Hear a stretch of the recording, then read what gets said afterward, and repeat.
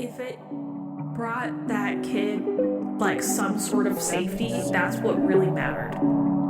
I looked at my roommate and I said, I have seen that that girl is losing her way and she needs to get back on track. The Lord has told me.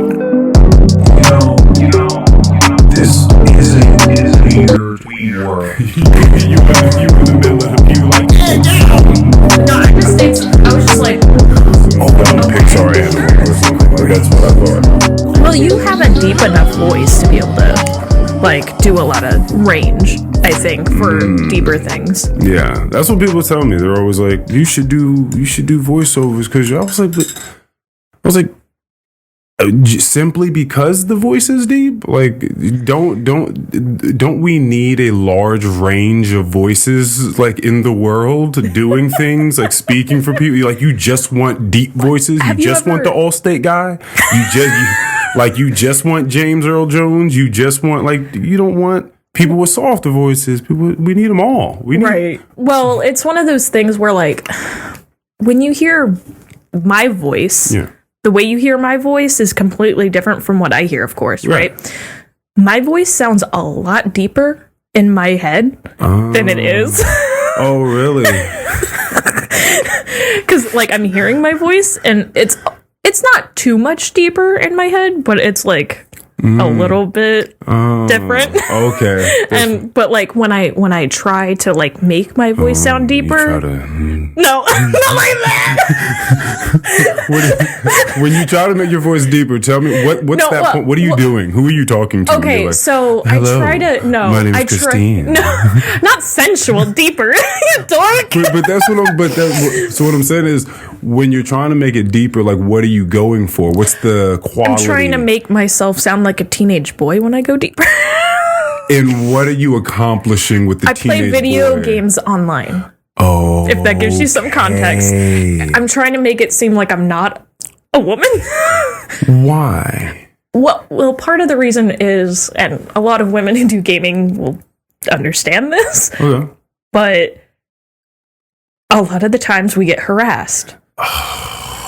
And most of the time, it's teenage boys. They haven't learned yet and matured enough to get to the point where they're like, yeah, I should treat this person as another human being. But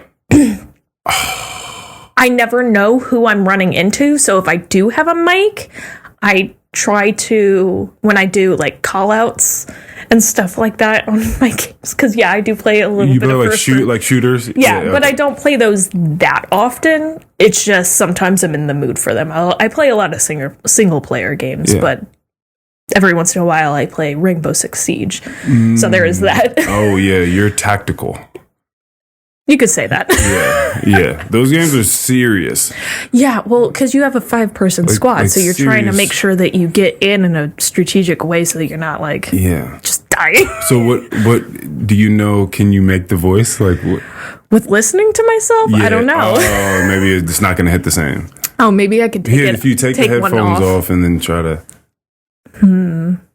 I'll work up to it. You know what? I'll work up to it. I don't want to put you on the spot. But it is really one of those things where you just like, you don't know the group of people you're going to be talking to because you get put in with a bunch of random people, so you don't know. And so I just do that to kind of prevent issues. I get that. That's just so weird. Like, these worlds that we build, it's not like you don't get away from the dumb shit, because it's the people are still there, like, doing things. Someone just came on the last episode and told me about how this metaverse thing that has been made. So, like, people put this little headset on or whatever, and they're running around this little world doing whatever it is people do. I have no idea about any of this stuff. But then there was, like, some woman that was, like, sexually assaulted in the world. Oh, I heard about that, but I was like, I was like, damn, like, I don't know. I didn't look that into it, in fairness, so I didn't really understand. I have no concept of exactly. Well, I mean, I have a VR headset, and I've done some like VR like gaming stuff, but it's more been like, and I know this is cheesy, but it's been like just to kind of experience it. It was like Among Us, because that's Anyways, And there was a bunch of kids on there. Yeah. You're just running around. That's like pretty much a children's game in a sense. But I was just trying to kind of see how people would interact with each other. And for the most part, it was just kids. Some kids probably not old enough to be doing any of that. But, you know, when you get a Christmas gift, you play around with it, right? Jeez Louise, man. That's so weird. Yeah, it's weird. Like, people... When you can't see somebody's face and they're anonymous, they act completely differently than they would in person. Yeah. And it gives them like a free ticket to do what they think, whatever the hell they want. Yeah. Which is funny because a lot of these people end up getting reported. Right. That is also a thing. You would get reported. See, that's another thing. Like, why would you even want to... Like, they don't know about this, or I guess they have to get a lesson in it first. They'll be like, oh, shit. Well, yeah, Microsoft contacted me. Now I can't play my favorite game for the next 2 weeks or whatever the case is. Well, it's one of those things. Like, we all learn things along the way. And when we're teens, we're still trying to figure it out. Oh, yeah. We have no idea People what the hell we're are trying to figure it out in their 40s. So they're definitely trying to figure it out. That's called a midlife crisis. Yeah. I was telling my mom the other day, actually, of like 2 to 3 points in your life where there's major changes. Teens, late 20s, and midlife crisis age. What's that age usually? Or it depends on the person, but it could... I would say that it's usually past 40. What is that? What is that whole thing? Is that just like a... the major changes? No, I was gonna say more so the midlife crisis. Is that just like this overwhelming sense of like, what am I doing at my life? A lot of people now, not everybody goes through a midlife crisis, obviously. Some people have it figured out from the start, and they'll just figure themselves out as a teen and continue on from there. Yeah, and like, good for them. Most people can't do that, like at all. Yeah. But what a lot of people who go through midlife crises have like different things that are going on in their lives. It could be a traumatic event like a divorce, losing a parent, losing a child, even. Like, a lot of the time it comes with loss, or losing a job also. A lot of the time it comes with loss, but it could also happen because your brain just flips a switch and goes, oh, there's something missing in my life. What is it? And then when you finally realize what that thing is, that's when you start having the existential, oh God, something's wrong with my life. I need to make a change. Yeah. And not everybody does it in an extreme way. Sometimes that's just changing your diet, exercising, going through a whole body change. But some people go on the deep end. You know, we've seen all sorts of examples of people doing wacky and wild stuff in Florida. Buy a Lamborghini. Buy a Lamborghini. Go out and like take your money and just go off somewhere. Like, who knows, you know? Yeah. But probably that moment that hits when you realize that more time is behind you than ahead of you. Yeah. Like, oh, wait a minute. Yeah. I'm gonna die in like 20 years, 30 years. Like, but I've lived longer than that. Like, I'm on the back end of my life. Yeah. But we also have a moment in our life when it's like late 20s, early 30s, when we're going, all right, we really want to, like, especially this is the age range for like our age group more like than anything. But it's one of those things where we go, all right, I really want to like kickstart things. Like, I've done college, or I'm finishing up college.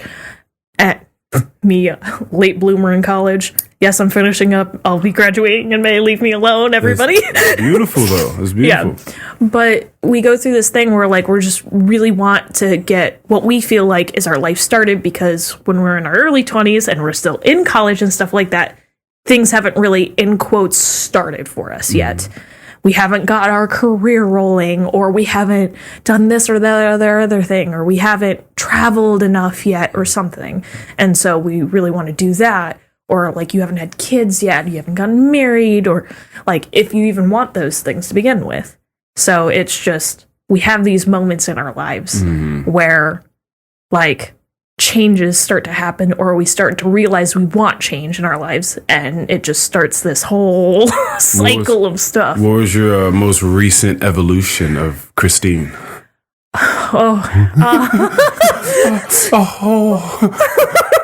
My brain just went through a whole thing just now. So a whole montage just Oh yeah, no, like my whole life just flashed.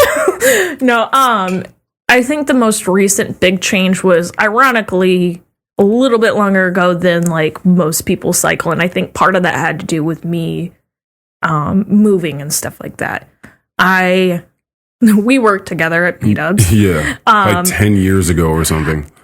Please don't remind me of our age.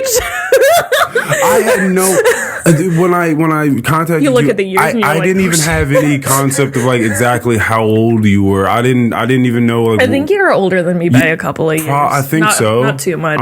I just turned 33. Yeah. Yeah. I'll be 29 in April. Oh, okay. Yeah. Okay. We're not that far apart. That seems. Yeah. Okay. You would have probably graduated high school as I was entering. Indeed. Potentially. Yeah. Yeah. But I left B-Dubs in 2015, December 2015, moved to Florida, which, by the way, rolling up into winter in Virginia and then getting into Florida in January and it going, yeah, it's not cold here, is weird. Yeah. And what part were you in again? Melbourne? I was in Tampa. Tampa, okay. Yeah, I went to Tampa as well at one point. And I was there for about 3 years. I left February 2019. And that was when you when you were at a historically black college? No, I'm going there now. Oh, that's where you're at now, UDC. Okay. Yeah, USF is where I was before, University of South Florida. Okay. And gonna be real, it was miserable there. Yeah. Part of which had to do with Florida itself. If anybody's ever traveled there, they know that the drivers there are insane. Here in Northern Virginia and the DMV area, we go, the Maryland drivers. That's so funny. But in Florida, they're unpredictable. We know Maryland drivers, how they drive. We know, hey, maybe they won't turn on a turn signal or something dumb. But in Florida, they're unpredictable. And so there's more accidents. More accident means higher insurance. I have never paid so much insurance in my life. Wow. I was 23, 24 when I left. And genuinely, I was paying, I did it monthly because I could not pay for the full 6 months because it was so much. I was paying like almost $200 a month for car insurance. That was nuts. And it's also more for women, is it not? No, it's more for guys that are under the age of 25. Oh, wow, because we're reckless? Supposedly. Right. I mean, right? Like, is that, I don't know. That's what it would have to be, right? Yeah, like, I believe that is the case. Like, that's what they look through studies, figure out what they think makes sense, and then judge it based off of that. Yeah. So, but yeah, like that was nuts. And then when I looked into it, I was like, oh, Florida is one of the top 3 with the worst accidents. Yeah. Awesome. That's why. Cool. All right. Context. Damn. But that's craziness.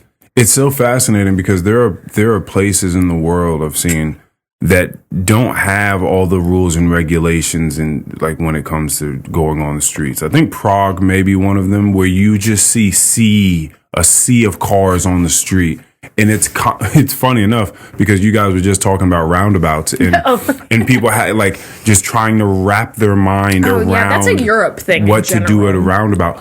But these people are, because it's just yielding. It's just looking about, paying attention and working together, just like collaborating. And that's what some places in the world have done. They just like, they're all just moving about. Just moving about. There's no lanes.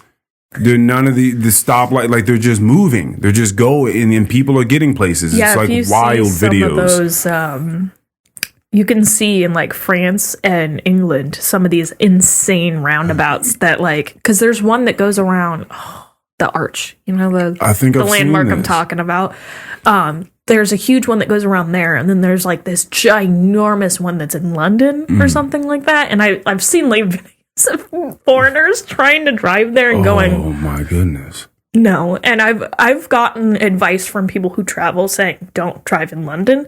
So that's my advice that I'm giving out to you. Just don't even try. Don't drive in London, especially as an American.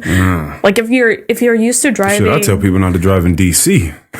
And that's just DC. Congratulations to you. I have to. Thank you for your service.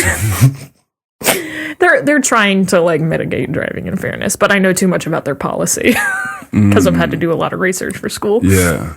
But like Florida drivers alone stressed me out.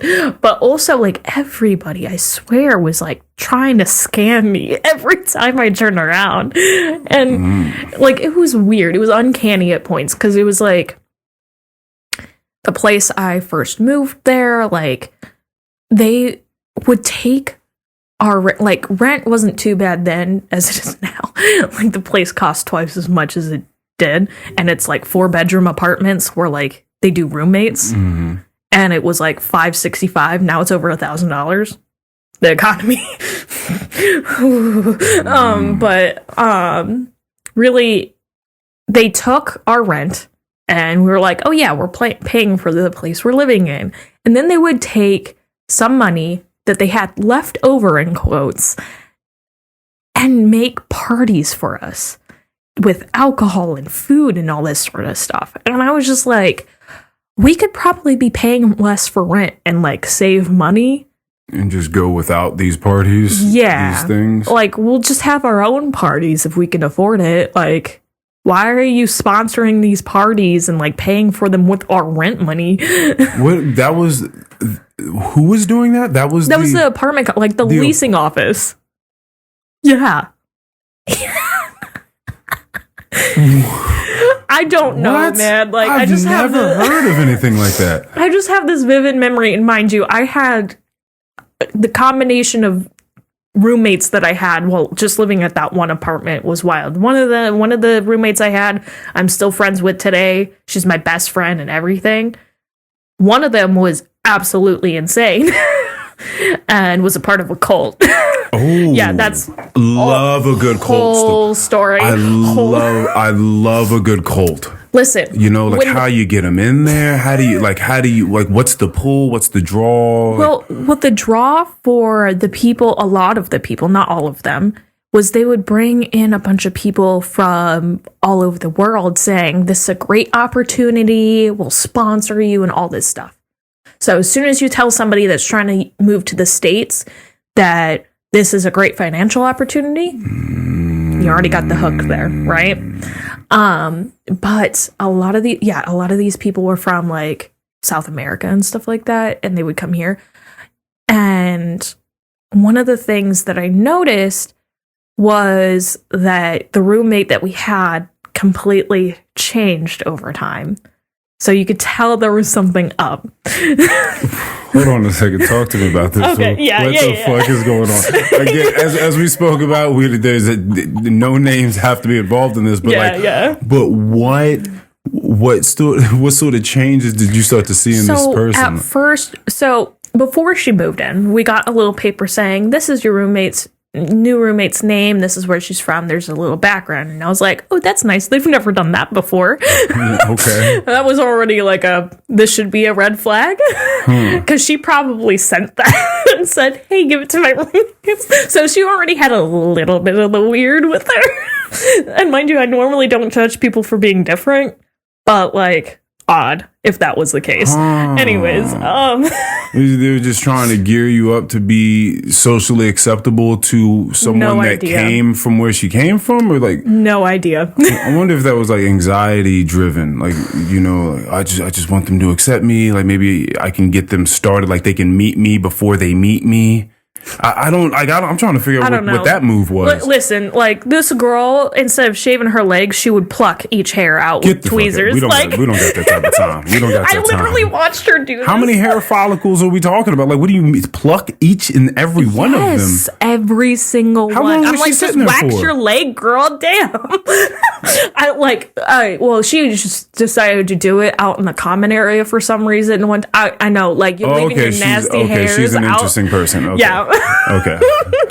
But I'm just laughing about like if you saw that, if you walked into the room and saw her plucking her leg hairs, you'd be like, what's wrong with you? Go to your room. Yeah, I'd sit there and sit for a second and see that what I was seeing was what I was seeing. I was like, am I hallucinating? Yeah, is this real? Is she just going after one or two that she missed upon shaving her legs or waxing them? Or, you know what I mean? Like, that's where my mind would go. I watched her do the whole leg. See, that's what I'm saying. Like, I would go benefit of the doubt first, and then I'd be like, wait a minute, she's still going. Like, she's going for the whole thing.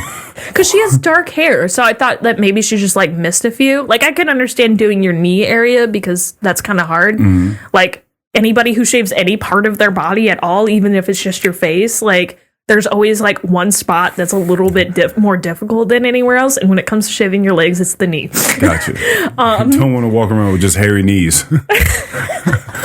Every woman has a different way they go about it, and it's I just you can't see the hair on my legs, so I just only do it when I feel like it. Yeah. Some women only do their calves, and some women go up to wherever their shorts go. Well, I mean, I could get that. Whatever's I wear long shorts, whatever's going to show. Yeah. It's interesting to only do the calves, though, because I do that because there's basically no hair on my thighs.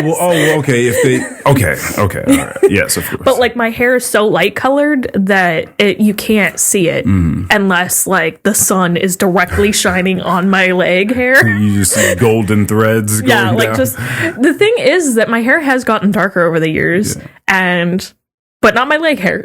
Okay, hold on a second. Well, let's get back. My head hair. Let's get back to the transition of this cult member.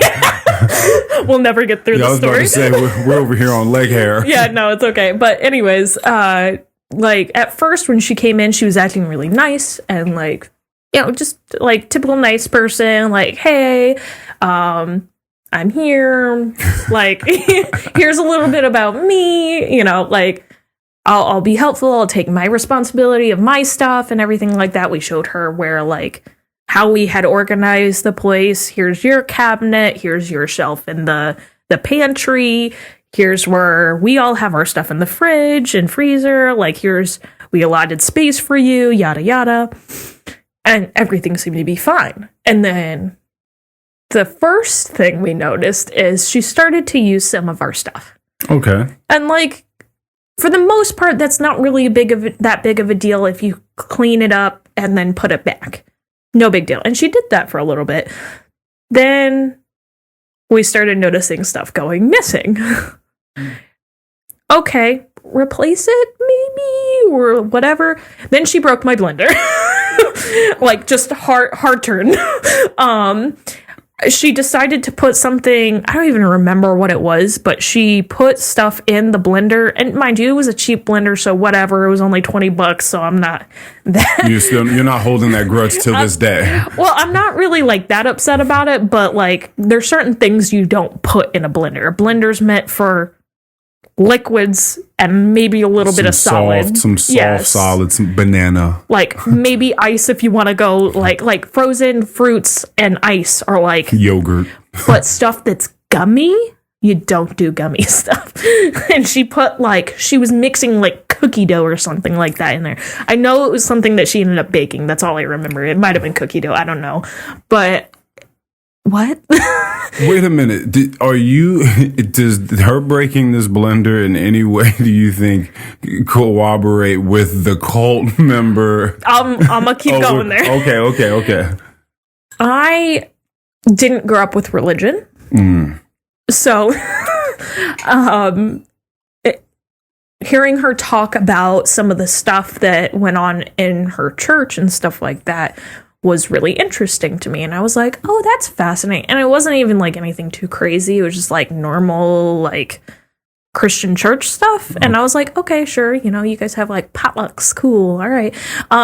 You guys meet every Sunday. Awesome. Yeah. No. Fellowship. Yeah. I've heard of that. But she started mentioning some like odd stuff, like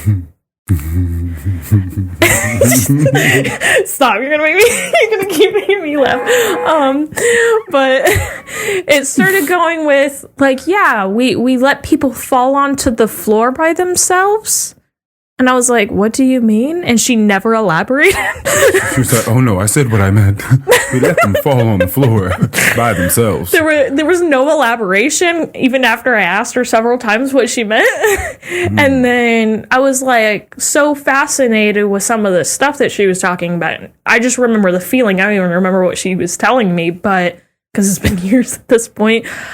And I was like, maybe I should come visit her church, because I've always been interested in going to several people's churches to see. So I got a firsthand experience. Oh, I'm so proud of you. I went there and like I walk in and nothing seems off just yet, because it's just like the lobby area and whatever. Everybody's just gathering. Like there's like some snacks and stuff like that people are grabbing and stuff like that. It's just their normal Sunday church service. And then I go in to sit down, and normally, from my experience now, like looking back at it, I know that a lot of the time churches kind of gather by specific social groups. Like, this was a mix of all the people that you could think of that live in Florida. Okay. Like, so, like, you can't imagine some of these people being in the same social circles at all. Like, you have people that look like they own yachts, and then other people that look like they are, like, from all over the world, and just, like, a wide variety of, like, classes and races and ethnicity, just, like, there was nothing that like really stuck out to me that like that put these all people that unified the like hundreds of people that were in here, and there was a lot of people in there. It was a huge church. Yeah, usually when you walk into churches, people look roughly the same, or they look like they come from a lot of the same. You can figure out an identifier that puts them all together. Like, I mean, you might find like a couple of people that don't fit that identifier, but it's usually because they're the significant other of somebody that's there. But I went in and like they hadn't started yet, and I felt kind of uneasy because I kept hearing like little snippets of, and I know I said I wasn't going to talk about politics, but conversations about Trump, and I was like, and he hadn't been elected yet at that point. Yeah. So it was pre-election, and I was just like, what? What? Why are we talking? Interesting. Okay, sure. All right. Yeah, I don't remember that in church. Yeah, like... I remember everything being about God, pretty much. Yeah. Or like you were going to go... Later found out that they worship Trump.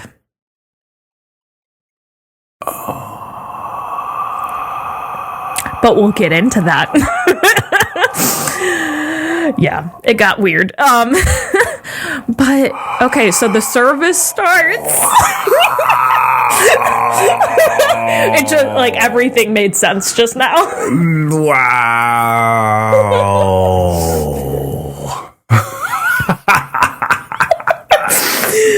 Oh man. The look on your face is just like, yep, it clicked. Yeah. Fascinating. Yeah. That was the unifier. Yeah. The unifier was an unspoken truth, in quotes, that they all had together. Okay. If you want to call it that. The one true savior. Don't even joke about that. They felt that. Yeah, they felt that shit. Yeah. It gets weirder, so you'll hear why I found out that. The service starts, and they end up talking about they mentioned Trump in the service. It was a little weird. That's just like, to say the least, it was weird. But and then they mentioned something that I was really hoping wouldn't happen, And that was calling for the deaths of certain people. Damn! I was like, and it wasn't any race, because there was every race imaginable there. It was calling for the deaths of gay people and anybody in the LGBT group. Whoa. And so immediately I wanted to leave. But I couldn't, because guess who sat beside me? The roommate. Oh yeah, no. If you had She found me. If you had man, I've had like a dream about this. If you had gotten up and tried to run away, I would probably be dead. Yeah, I feel like they'd have been like, get her. Like you couldn't. No. Like I had to play. You got to play that out. I had to play along. Yeah. And it got weird. you were in the middle of the pew, like, yeah, get him. No, I just stayed. I was just like, oh okay, my goodness gracious. I was terrified. Calling for the deaths of. I was terrified. That's interesting. You would think that they would have like a tighter lid on that, like just in case. You know what I mean? You would think so, especially since afterwards, after he finished his whatever you want to call that weird speech, because at this point I don't call that a sermon. I call that I don't even know. Wow, it was a call to arms. It was like, yeah. Wow. Yeah, you got it right, nailed it right on the head. And so when you say calling for death, are they like sort of just like, they're just putting it out into the universe, just like, please, Lord? They were saying, these people will go to hell. You send them there. With any means possible. Oh, yeah. And I was like, I need to leave. How many people do you think were in this congregation, if you get just off the top of your head? Minimum 400. There could have been I'm not even joking. This room was packed, and the room was the size of, it was huge. And the stage alone was already big. And that wasn't even there wasn't even enough seats. There were people standing too. Whoa. And they had individual seats. It wasn't pews. Wow. It was ridiculous. Wow. And I got even more involved in the ceremony, if you want to call it that, because after all the speeches and shit, the pastor, if that's what you want to call him, because at this point I just think he's a crazy person. Yeah. He said, please raise your hand if this is your first time here. Oh, no. And I was like, and my roommate grabbed my arm and yanked it up to the sky. And I was like, I'm dying today. I'm going to die. I'm dead. There's no way I'm getting out of this. And the people that were helping him out or whatever, the people that passed out the money trays and everything like that, they also went to go grab everybody that was new. And she tried to lift me out of my seat and basically pushed me towards the end of the aisle, which we weren't that far from. So she had to push me very far. And they brought me up there. And I was like, if I don't participate, I might be in trouble. So I got up there, and of course, my heart is racing, and I just, in my head, I was like, go with what they're doing and saying. Just survive. Yes. We got to get home Survival tonight. and acting instincts were, right there at the forefront, because all I could think of was, act like them, nothing's wrong. Yeah. And what was freaking me out is that if you have ever been on a stage, the stage lights get really, really warm. Oh, so it was making me hot already. I was already a little warm from my heart racing, and the stage lights were making me even more warm. But then they put white blankets behind us. And in my head, obviously this wasn't the case, but in my head, they were I was like, they're going to put those over us and we're going to be dead. We're dead. All I was thinking about is this is my last thing. Dude, how do I get out of this? But what ended up happening instead? Instead of them strangling you with the blanket. Instead of us dying. I don't even remember exactly what it was, but they had somebody stand behind us to catch us. and they had us like fall back. And that was that falling thing. Yeah. That she had mentioned earlier that she didn't give me context about. Yes, they like fall on your but own. before, as they were preparing us, before they did anything, before the pastor did anything or anything like that, they said, let it happen. They didn't say what it was. They just said, let it happen. And I was like, oh, these stage lights are really hot. And they're like, no, it's the Holy Spirit. And I was just like, awkward. I know what stage lights are. You're like, oh, you're right. That's just a warm hug. Okay. I'm sorry. Please let me go home. We just had to fall back and they would catch us and we would be on the blanket. The blanket was just for us to lay on. Yeah. So that if there was like anything on the stage, it wouldn't get on us. But then they took another blanket and put it on us. And I was like, they swaddled you. I was like, oh, this is weird. Eventually we got to like get up and stuff like that and get back to our seats. And that was really like it as far as like crazy stuff goes in there. But I just like left immediately. As soon as everybody was getting up, I was like, I'm out, gotta run, I'm out, bye. Yeah, no, it was insane. So you left your roommate there? Like she had her own vehicle. Yeah, right. And she was supposed to stay. And later on, did she, first of all, how good was this person's English? Relatively good. Okay, so she apparently taught her mom English. Okay, she's from Mexico. Did she ask you before or later on? Hey, how did you enjoy yourself? Are you coming back? She definitely asked me if I was coming back. I do know that. How did that conversation go? I'm not sure with the amount of schoolwork that I have that I could. I've always been good at like diffusing and like pulling it off to a different direction because I've had to get out of weird situations like that. And she made me learn that skill even further, of course. So. Okay. So that's what she was up to. It was a lot. And at one point when she had first moved there, she had mentioned before she started getting like really like way into this stuff and before me visiting that church and stuff like that, because they had like a Bible school or whatever, or like a small college that she was studying at. Before she had started classes there, she had mentioned, they have this thing called a war room. And normally in a church, what a war room is just like people of the community and stuff like that, and the pastor and stuff, people that get together to plan things and stuff like that. Their war room was a literal not a literal war room, but it may as well have been. There's a form of torture that I can't remember the name of, where you have the person strapped to a seat and they have a video and their eyes are like purposely like made to stay open, where the video like and sounds and like videos and sounds and all this sort of stuff are like flooded at them so that they like retain specific information. And, like some subliminal brainwashing type of deal. The reason I bring up that part is because after I left that church, I looked it up on Google. I did the most basic Google search of that church. And I found out that somebody had interviewed that pastor for brainwashing techniques. They interviewed that pastor. They said, hey, we've heard rumors about you brainwashing people.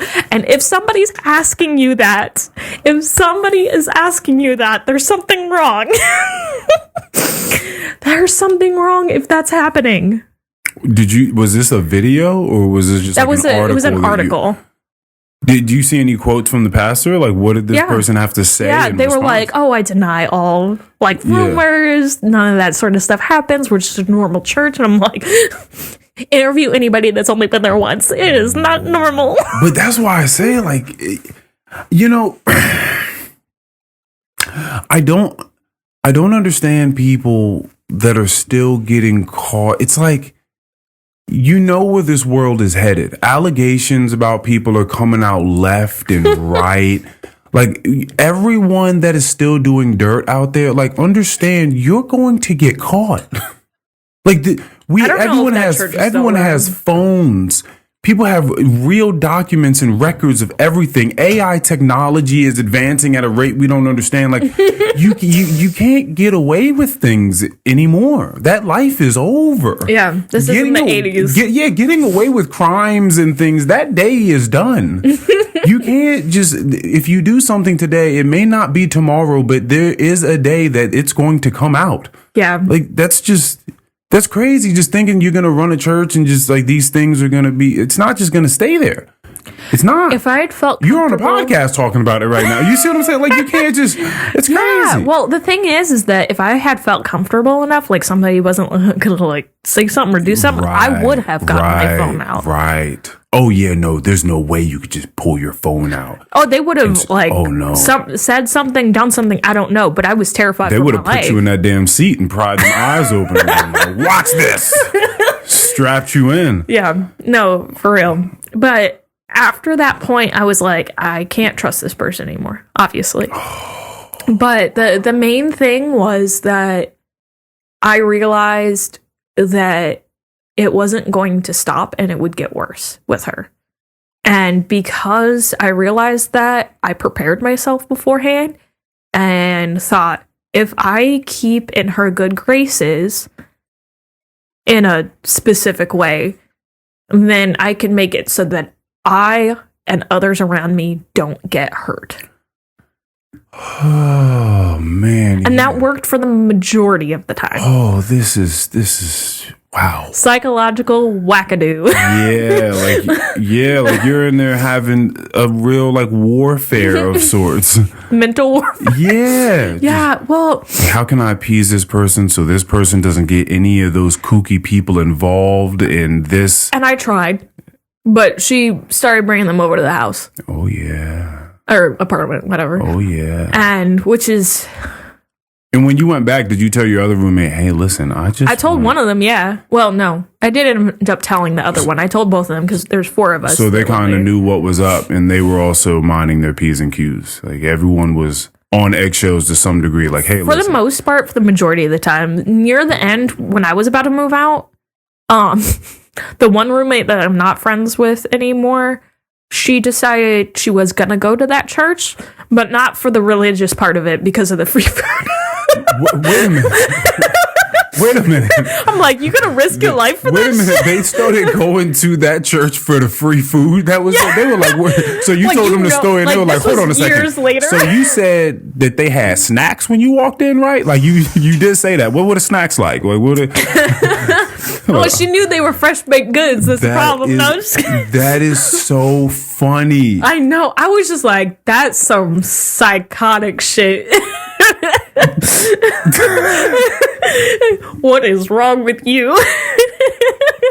I would not put myself in that situation ever again. Why would you? Oh, that is so funny. She was like, man, listen, I'm gonna just go along with it. I don't gotta believe that shit, just as long as I get this free food. That is so funny. I wonder if there was actually something that called to her about what you said. See, the thing is, looking back at everything, that specific roommate that wasn't a part of the cult, she was one of those types of people that kind of manipulates people in a way for her own benefit only. Okay. So I don't think she does it knowingly. Oh, yeah. It's just one of those things where she grew up in a certain environment and then it caused her to be that way, kind of like a survival tactic. Mm-hmm. So I think that's really what it was about. Not necessarily like, yes, survive by like staying away from that bullshit. It was more like survive by getting in that bullshit. It's so interesting. The sense of community will drive people to do and believe all sorts of things. You know, I mean, like, I wonder the feeling of fellowship that those people did get coming from all these different places where now they're here in the States, they don't know one. You know, and then they hear about this community, and maybe they're already spiritual, right, to some degree religious, mm-hmm. and then they go to this place and there are all these people and they're just learning and everyone's saying yes around you and they're like, oh, this person knows what they're talking about. And maybe that pastor or those pastors are helping those people with financial issues that they have. Well, they were helping with a lot of different stuff because, I mean, that wasn't the end of all that shit either. Yeah, I'm certain. Some of this stuff got like way out of hand.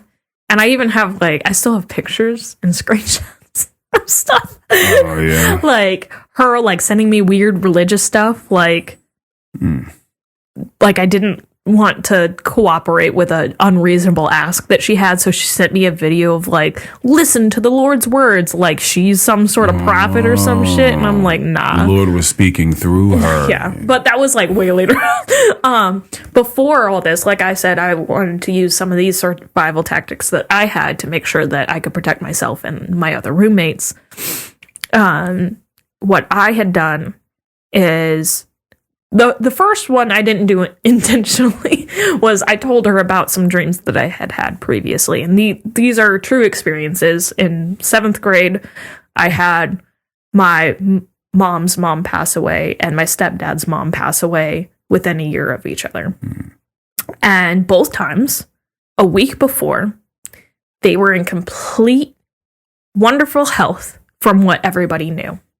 But I had a dream each time 1 week before about them dying. And I told this roommate about that, and she thought that I was a prophet for about 5 months. Until I proved otherwise, obviously. You're clearly not one of Jesus's disciples. What's wrong with you? She doesn't sound like that, obviously. But that's what one of her friends sounded like. But once she believed that you were a prophet, what did she start? That to help protect us. Oh, you said and that. Other people. Oh, because I actually did have a dream before my grandmother died. Yeah. Okay, so that actually happened to me. So I did actually have it. Oh, and you then did? When she said, "Oh, you must be a prophet," I then went, "Oh shit, this will be a good way to protect us." Yeah, I should go ahead and use it. So you just went along with it for a little. How do you even go along with being a prophet? What are you like?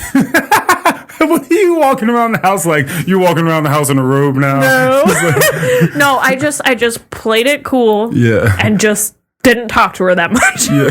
I avoided her as much. You didn't have to do much. No, I just avoided her as much as possible, which wasn't hard because if anybody knows anything about architecture school, it's a lot of fucking work. Yeah, right. And I was at school almost all the time. If I wasn't at school, I was at work. And if I wasn't at work, I was sleeping. Yeah. So, I was almost never home other than to sleep and grab food.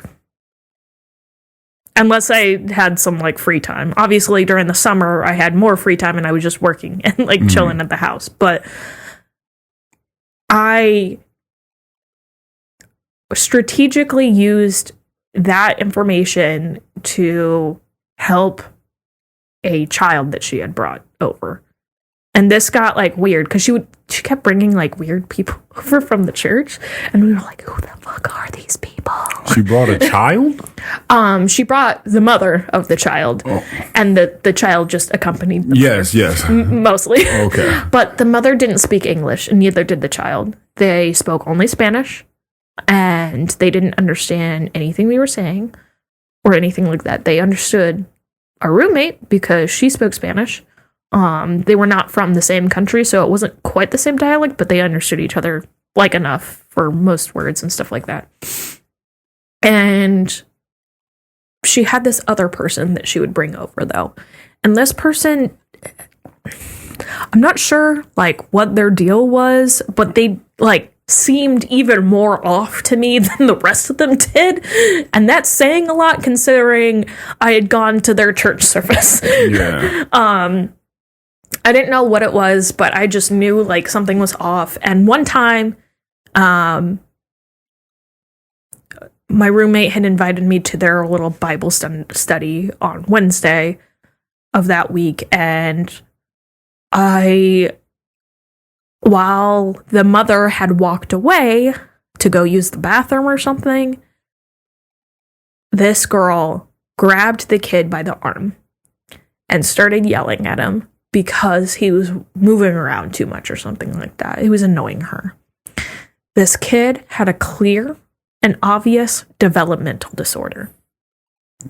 And in my head, I went, oh God, that's not good. Something needs to happen. And I had noticed it a couple of times before where she would like look at the kid and say something nasty at the kid, and the kid didn't understand. Like, he had a developmental disorder and he didn't speak English, so he had no idea what was going on. But she speaks Spanish because she's from... No, this other girl. Oh, this is another... Yeah, this is one of the girls that my roommate would bring over. Oh, okay.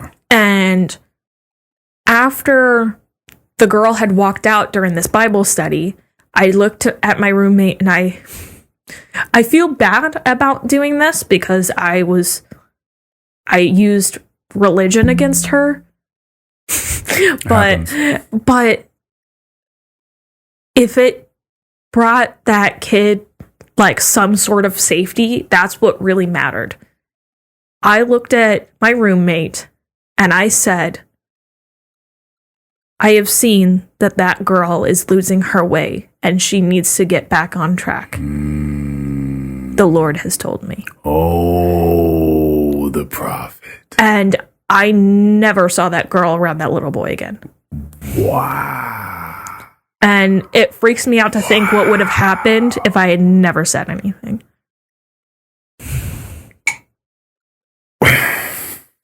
From that point on, I never used that shit ever again because I felt bad about it, but also like felt like at least that kid might have been more safe. You use the dark arts for the better good. Basically. Yeah. Like, and it feels weird admitting that sort of thing, but like, you do what you can for the good of others. Oh my goodness.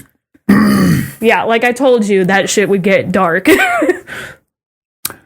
The susceptibility for people to believe in something is so great in some people. It's so great. Like you, with your pinky power, convince someone you were a prophet. Just unintentionally. And then just used it when you felt like you needed to keep people from dying. Yeah, or just put them in safety. Yeah, like keep them. I'm exaggerating, but well, like wow. I grew up with a brother that was diagnosed with autism and ADHD. Well, specifically Asperger's, but they don't call it Asperger's. They just call it a specific part of autism. I don't know why they keep changing things. It's confusing. Yeah, I've been hearing a lot about autism. Like now they're just opening up the spectrum to human beings in general is what I hear. Is just like we're all on this. Like everyone is there. On the spectrum. It's a spectrum. Like we're all there to some degree. Right. You might be on this end with none, or you might be on this end with all of it. All of it. No, but... Like, I saw my brother struggle, and it's not like he was on the, like, opposite end of the scale, but people with development disorders and or things that they're born with similarly, they don't know what's going on a lot of the time, especially when they're that young. This kid was, like, max 5 years old. And this was happening to him. Maybe he was 6, but still. Like, I can't sit by and watch a kid get, like, hurt or abused or something like that. That's just, like...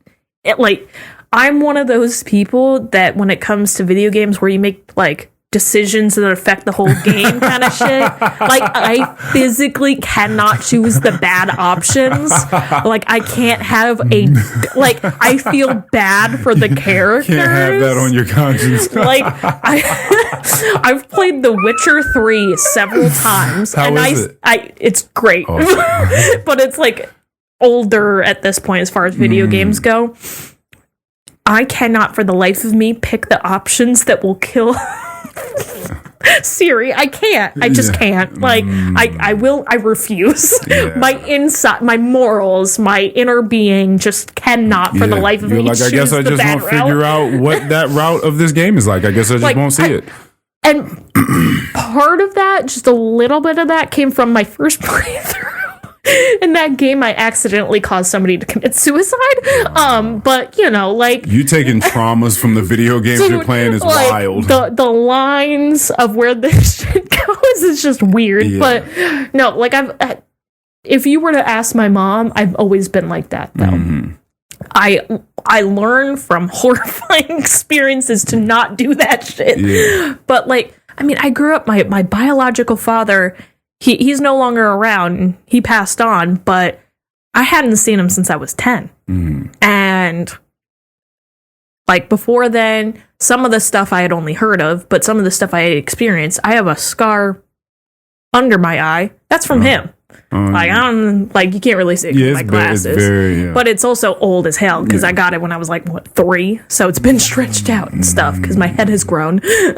I'm also wearing makeup, so can't really see it at all when I'm wearing makeup. If I was to wipe that part of my makeup off, you'd see like the tiniest little line. But yeah, like this is him just lashing out. He shoved me into my mom's hutch, and I hit the corner of it, and it went right there. A hutch is like that was a hilarious little pop that you just had. That was like a satisfying. A hutch is like is that like a dresser, like a small dresser? It's a hutch. A hutch. Hutch. Yeah, what's a hutch? That's a good question. I don't even know how to describe. It is a piece of furniture, yes. Okay. I'll describe my mom's. It's like got a lower cabinet, doors and drawers. Okay. And then the upper part is like almost like a display for china. Understood.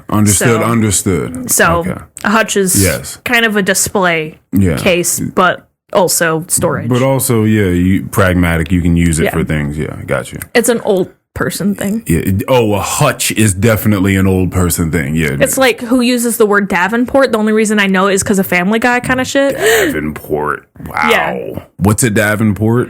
Good question. No.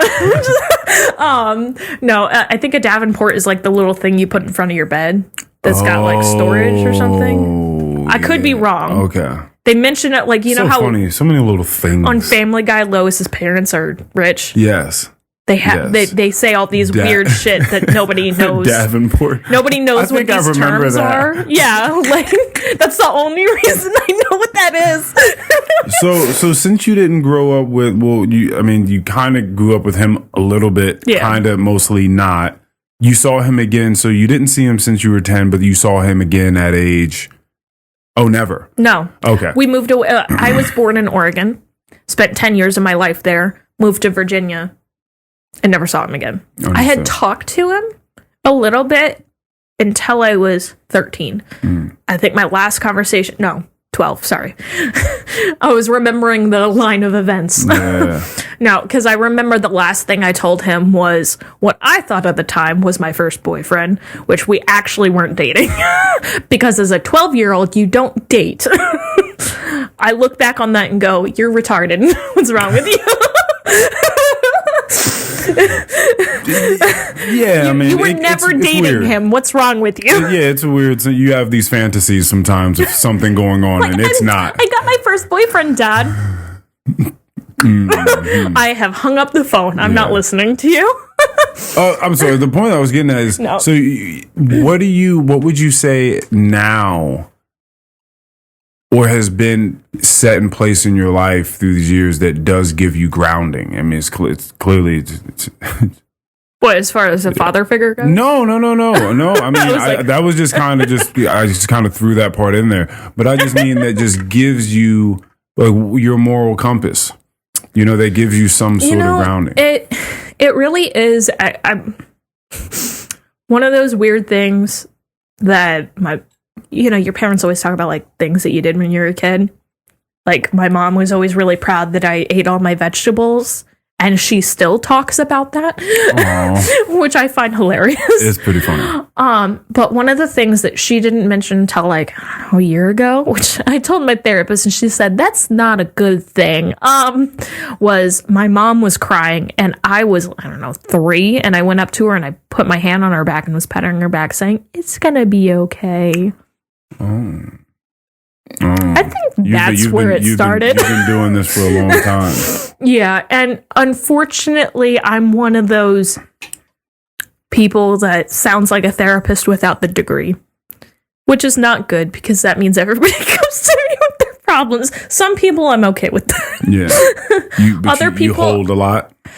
Yeah. It's emotionally exhausting when everybody tells you their stuff. My best friend, my boyfriend, my mom, all good. But when it's everybody in your class talking to you like, hey, I'm having this issue. I'm like, oh, have you thought about talking to a therapist? That's like my main line of like, have you thought about talking to a professional? Because I might not be the professional. Yeah, but they just feel comfortable with you. Well, I mean, I had to tell somebody like, hey, maybe ask somebody who has these same problems because I can't relate. and literally, you're more like you're somebody that can relate to this more than I can. This kid that I go to school with, he was like, he's black, and he's like, I'm pretty sure that the way I have my hair isn't going to get me hired. And I was like, I think your hair is fine, and I wouldn't judge you on your hair. But I don't have the opinion of a hiring manager right now in architecture. So you might want to talk to maybe that professor or that professor because they are black and they are both in firms and understand that culture. And one of them actually owns a firm. So you probably get a better opinion from them. Yeah. Because I don't know what to do with this information. I don't even know the haircuts because I know the hair is different. I don't even know the haircuts. I don't even know what you're talking about. I have a completely different hair type, bro. Yeah, like you coming to me to talk about your fade is wild. No, okay, so hold on a second. That's pretty good. So that's funny. All right, but this is actually really funny because so now, first of all, how did you? I've had this thought independent of you. I don't know where it came from, but I just would think. What others go to like a historically black college? And I wonder what the experience is like for them, you know? Yeah. We talked about this a little bit, but like a little bit of why I went there. One, DC is, even though it's an hour drive for me, it's more reasonable than having to move somewhere else. Two, they had an architecture program, and I was looking for a place that I could get into. And it was really me transferring more than anything, and they accepted transfers. I personally didn't know it was an HBCU until after I got the, hey, we have accepted you. I'm not going to lie. That's best. That's the best. But then I also didn't know. Oh, that's so funny. Just imagine you just walking on campus and be like, But the thing is that I didn't even realize. You know why? Because I went to Stonewall Jackson High School. Oh. And I was just used to the crowd. Right. Like, I personally... You've always just been around black people. Yeah, like I've been around multicultural schools all my life, actually. And it's just been like that. And it's just like I'm used to it. I don't think about it like that. Yeah, that's so funny. So, and like on top of it, like I also you're gonna make me laugh more. This is so funny. Well, because I didn't think about it because it's not something. Well, like I guess this is like partially white privilege. You're not looking for that sort of thing when you're applying to colleges. You go, I need a place with the major I'm looking at, and that is a reasonable distance. Yeah. Otherwise, I'm going to have to figure out different transportation. And I applied to UDC because their architecture program was exactly what I needed, and I didn't need anything additional to apply there, and they accepted transfers. And I was like, shit, that's all I need. Yeah. Somebody that accepts transfers, and I'm good. I'm in there. Because trying to transfer into another architecture school is a nightmare. You almost can't. A lot of schools like to pretend they're like this, like they're Harvard, but they're not. You know, like USF was like, you can't do this unless you follow exactly our rules. And I'm like, what the hell? So it's just one of those things where, like, I'm just grateful to have had the experience of going there. You mad for eating that lemon? I know. That's It's some cult shit. I wouldn't go that far. No, that's some weird shit. Yeah. That's mad. You won't see me doing that. Yeah, man. Lemons. Good for you. Don't have to worry about scurvy with you. Yeah, don't let that block your train of thought. That's just like, I got ADHD, bro. It happens every single time anyone watches me eat a lemon for the first time. It's just like, did you just eat need that? A compilation of me eating lemons in front of people and people's reactions going, Earl, are you okay? No, that's really funny. I don't even remember what I was saying because I got so distracted. Well, I think just you getting just being grateful for even getting accepted. I was just so happy to have gotten, because at that point when I finally started classes there at UDC, I had been out of school for a year between USF and UDC, and bear in mind that was really scary because all the loan stuff was like, you're going to have to pay for this.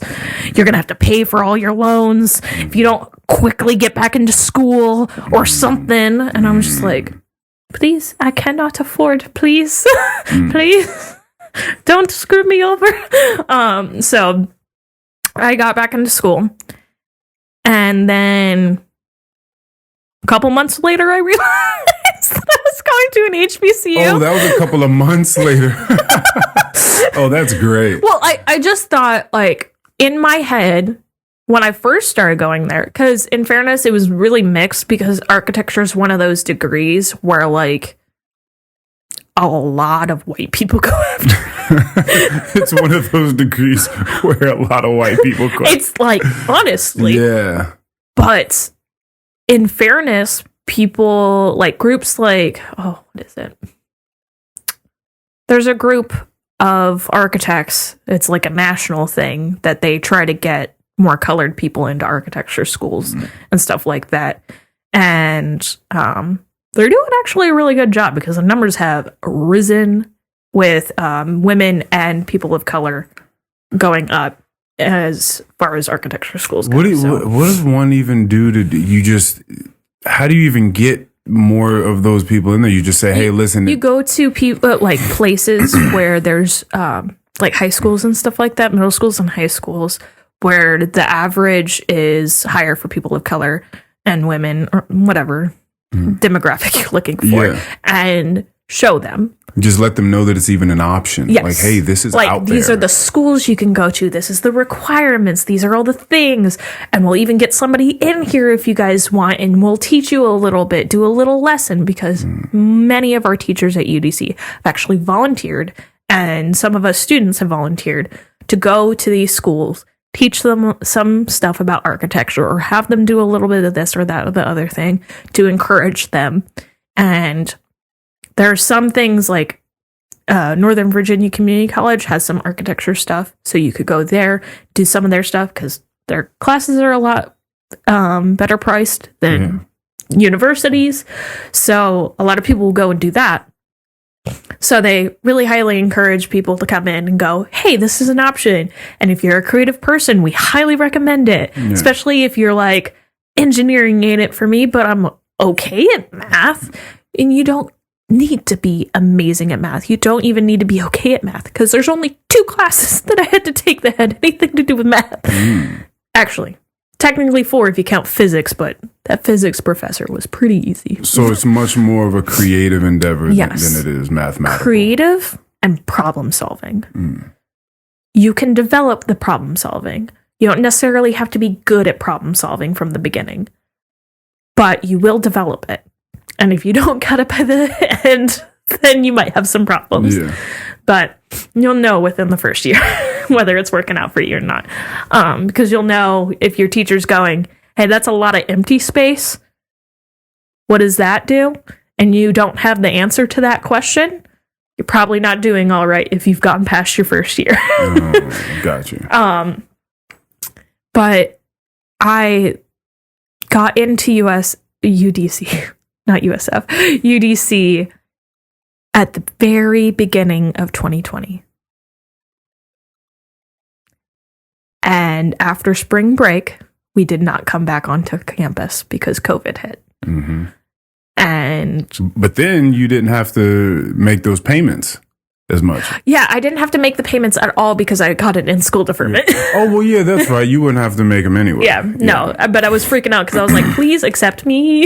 Yeah, because I know they paused like everyone's They paused everybody's payments for federal student loans. I currently have Sally Mae as well, who told me the other day, sorry, you had 48 months. That 48 months is gone. Good luck. Yeah. Here's $700 that you owe us every month. Yeah. And I'm like,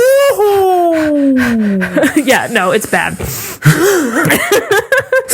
Like, I'm already paying rent, bills, and other things. Yeah, man. Please get me out of here. No. But yeah, it's just...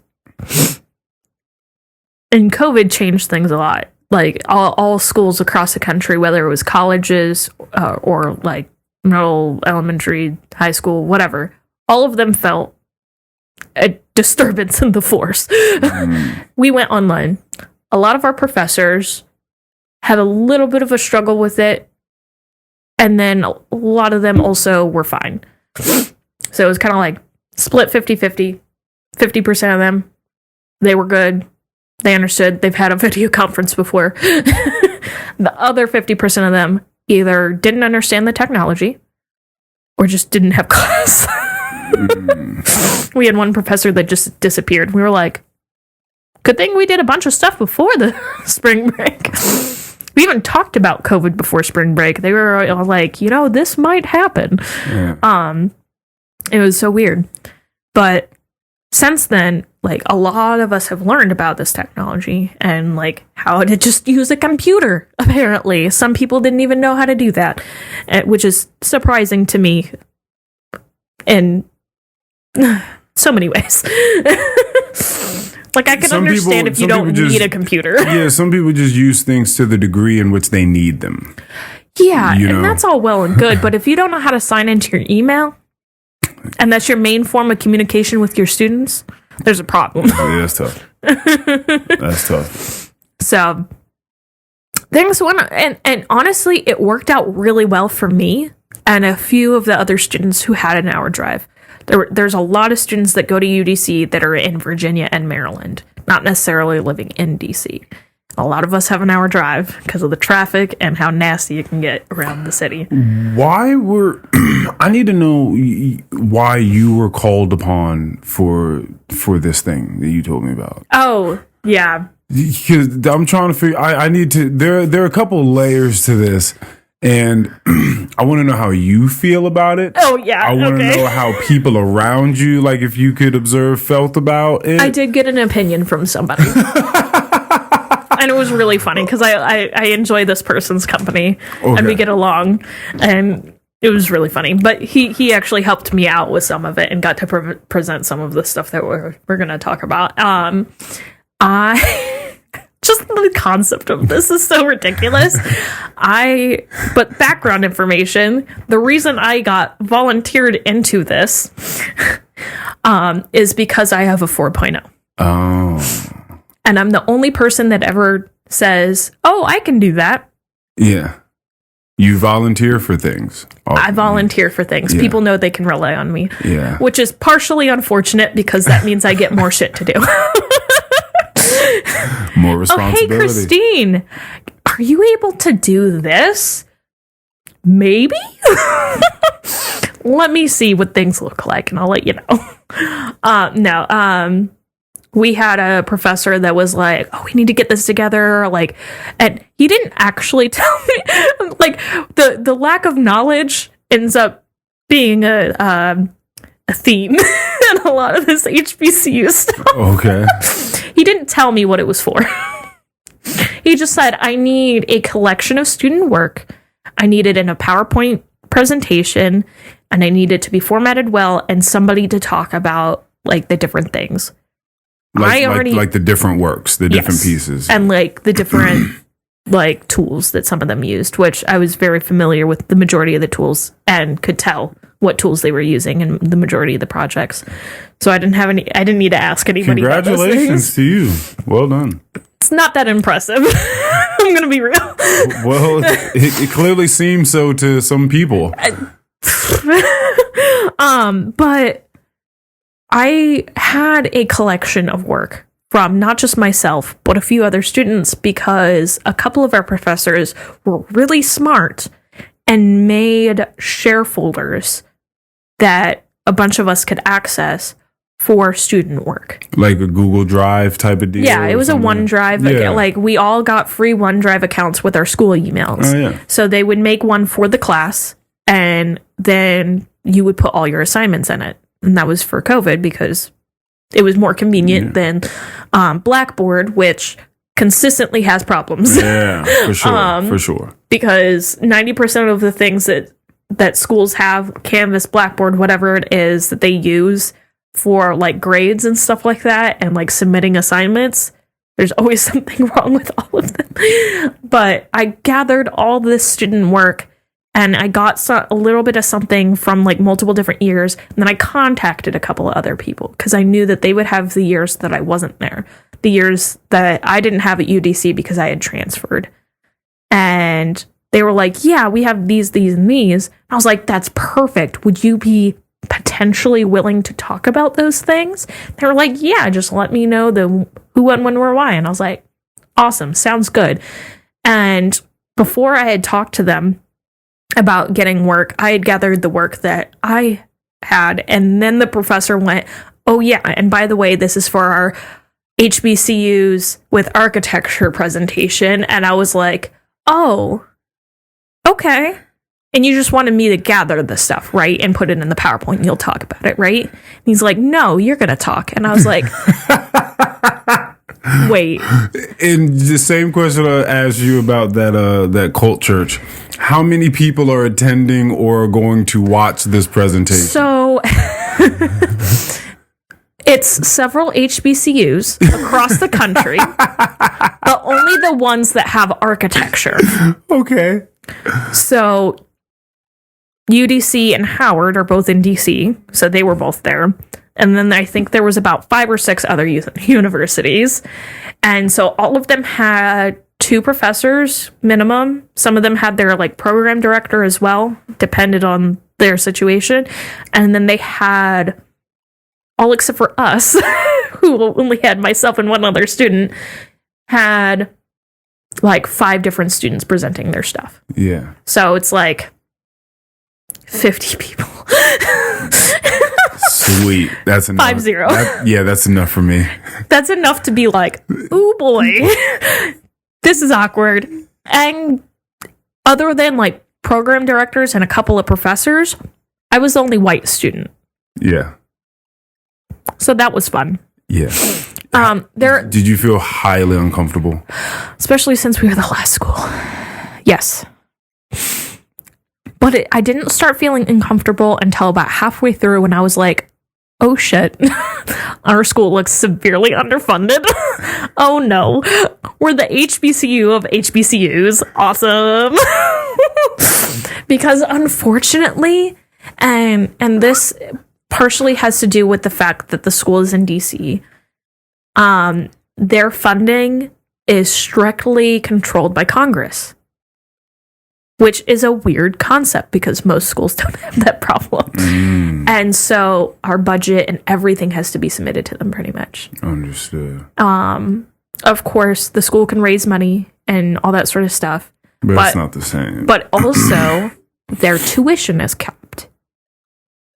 But weirdly enough, they don't meet that cap even in the slightest. It's actually a reasonably affordable school.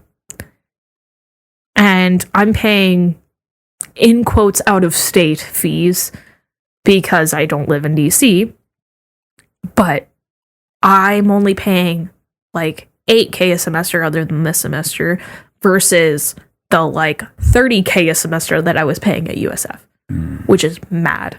Yeah. But that HBCU conference thing, the other student I was working with was thankfully a person of color. Yeah, so I did have a little bit of backup. If it was just two white people that walked. And the professor is also a person of color, thank God. And it was just like me in the middle going, "Hi everyone, I'm going to talk about," and I talk differently than every single person. And it was so awkward. I was just like, dang, I'm really messing up the flow here, aren't I? Because you're like the best white person to do it. Because you're like a white chick, like through and through. And the funny thing is, I don't try to be that basic white bitch, but I am. I mean, I'm not rocking the Han Solo Ugg boots and vest look kind of basic white bitch. Yeah. But I am the pumpkin spice peppermint mocha white bitch. Which is a delicious drink, I'm certain. They're great. But still, you could probably guess half of the, like, do you believe in horoscopes? Only when somebody else is talking about them. Oh man. But I do just go with the flow, in fairness. Yeah, you're fun. You're fun. You've always have been. That's why I contacted you to come on to the podcast. That's because, think about it. It was so long ago, not to date us again, but it was so long ago, like, and it's not like we weren't even hanging out back then. So for me to contact you it's just off of like the lingering vibes of what once was. Yeah. You know? I never hung out with anybody that we worked with. Oh, okay. But part of that had to do with the fact that there was so much drama. Oh, there was definitely. Oh, yeah, for sure. Yeah, but you young almost people can't in work a restaurant. You can't work at a restaurant without drama, unfortunately. Yeah, it's going down for sure. But I'll explain some of that drama. The last thing I do want to, just so we can close this door properly, is what was the feedback from that friend? Oh yeah, so I had a couple of classes with them, so that's why I was comfortable with asking them for student work. But I was like, "Hey, did you find it weird that I was like the only white student?" And he was like, "They probably didn't even notice." Oh, that was the feedback. And I was like, "Are you sure about that?" He's like, "I mean, other than the way you were talking, they probably didn't notice." That is so funny. And I was just like, "Oop." Well, I think his thought was that like all these other schools, they might be HBCUs, but they're not in areas necessarily where like that's really that big of a deal, because the communities that some of these colleges are in are super diverse on all ends of the scale. And so it's not like they go, white people. Yeah, but you put your best foot forward in trying to do the really, I was just like, here's our students' work. Right. Hope you guys liked it. And in all honesty, I was absolutely beside myself that they had questions for us. What programs did you, I mean, that, you know. Oh, so they prolonged the speech. Well, there was like a student talk afterwards, like where like Q&A type of deal. But it was only for the students. It was like all the students could talk to each other. And in all fairness, one of the professors was like, "Now don't talk shit about us when we're gone." And I was like, "Ha, you get talked about, don't you?" Like joke. But I will say that I'm going to stereotype architecture students specifically.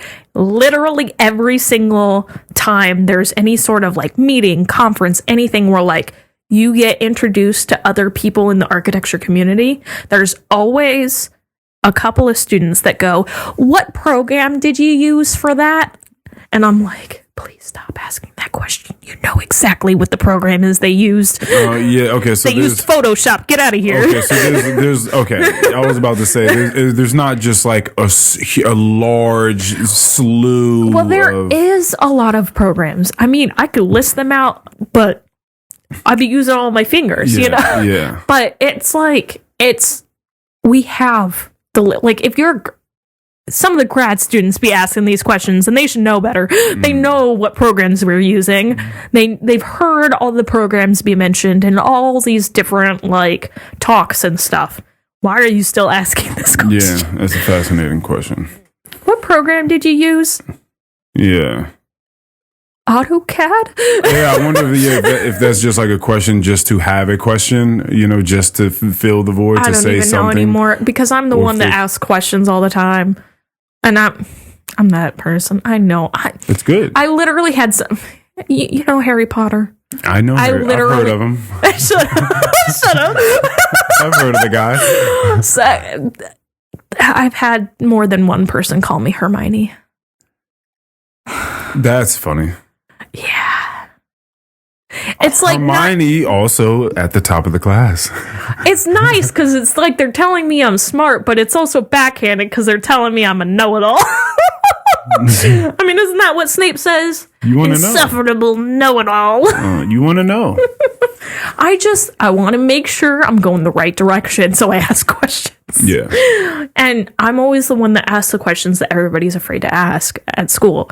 I don't have an example, but I always end up asking stuff about the assignment or like what they expect of us or something that ends up being like a pivotal point where everybody goes, oh, that's what I'm supposed to be doing.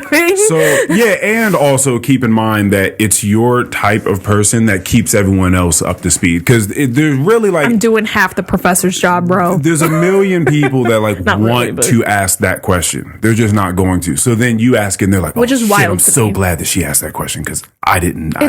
And you know what? I was way too embarrassed to ask that question. What's funny to me is that if I didn't ask the question, they'll ask it of me later. Oh, right. Like, hey, do you know da da da da da da da? And I was like, you know, we were just in a classroom with a whole professor. Yeah. Like they studied this thing for years. Like you didn't want to ask them. It's sort of like the people coming at you for therapy. Just like, you know, you can talk to a therapist. Well, the thing is that I kind of set myself up for this shit unintentionally is because I stay so on top of stuff. And I swear to God, like everybody in the architecture world is just all like chronic procrastinators, which is why she gets delayed all the time. But it's genuinely, I'm pretty sure that's like why we get gravitated towards this degree. But like that's partially a joke, but partially. Just partially. Yeah, there's truth in it though. Yes, yeah, there's some truth. And that's why I like when I started going to UDC, I like took a 180 and like completely flipped around and started getting on top of stuff because I was like, I didn't do so well at USF. I'll do is like put my full effort in. And really it was like about planning my time. It was all time management. And the thing is it wasn't like I was bad at time management when I was going to USF. They were giving us too much stuff to do. At UDC, they give us one design per semester. For the most part, the like first years might have more than one because they're so small. But at USF, they were giving us an average of 2. There was a couple semesters they gave us 3 projects per semester. And imagine designing and building a hand model of an entire building twice in a semester. Are you guys using 3D printers? Not at first. Okay. We were allowed to use them way later. Understood. So and they were still new technology, kind of. But that's good though. You know, just to have that, because there are a bunch of people that only learned how to do things through CAD, right? And then you had the people pre-CAD, you know, that learned how to sketch everything out. At USF, they had us do everything by hand the first 2 years. Yeah, that's awesome. That's great, but. Oh, you're popular. It's my boyfriend. I'll text him. Needs to let you know. Yeah, listen, again, by the way, I'll just go ahead and put this out there for the people listening. I was taking a nap when she pulled up.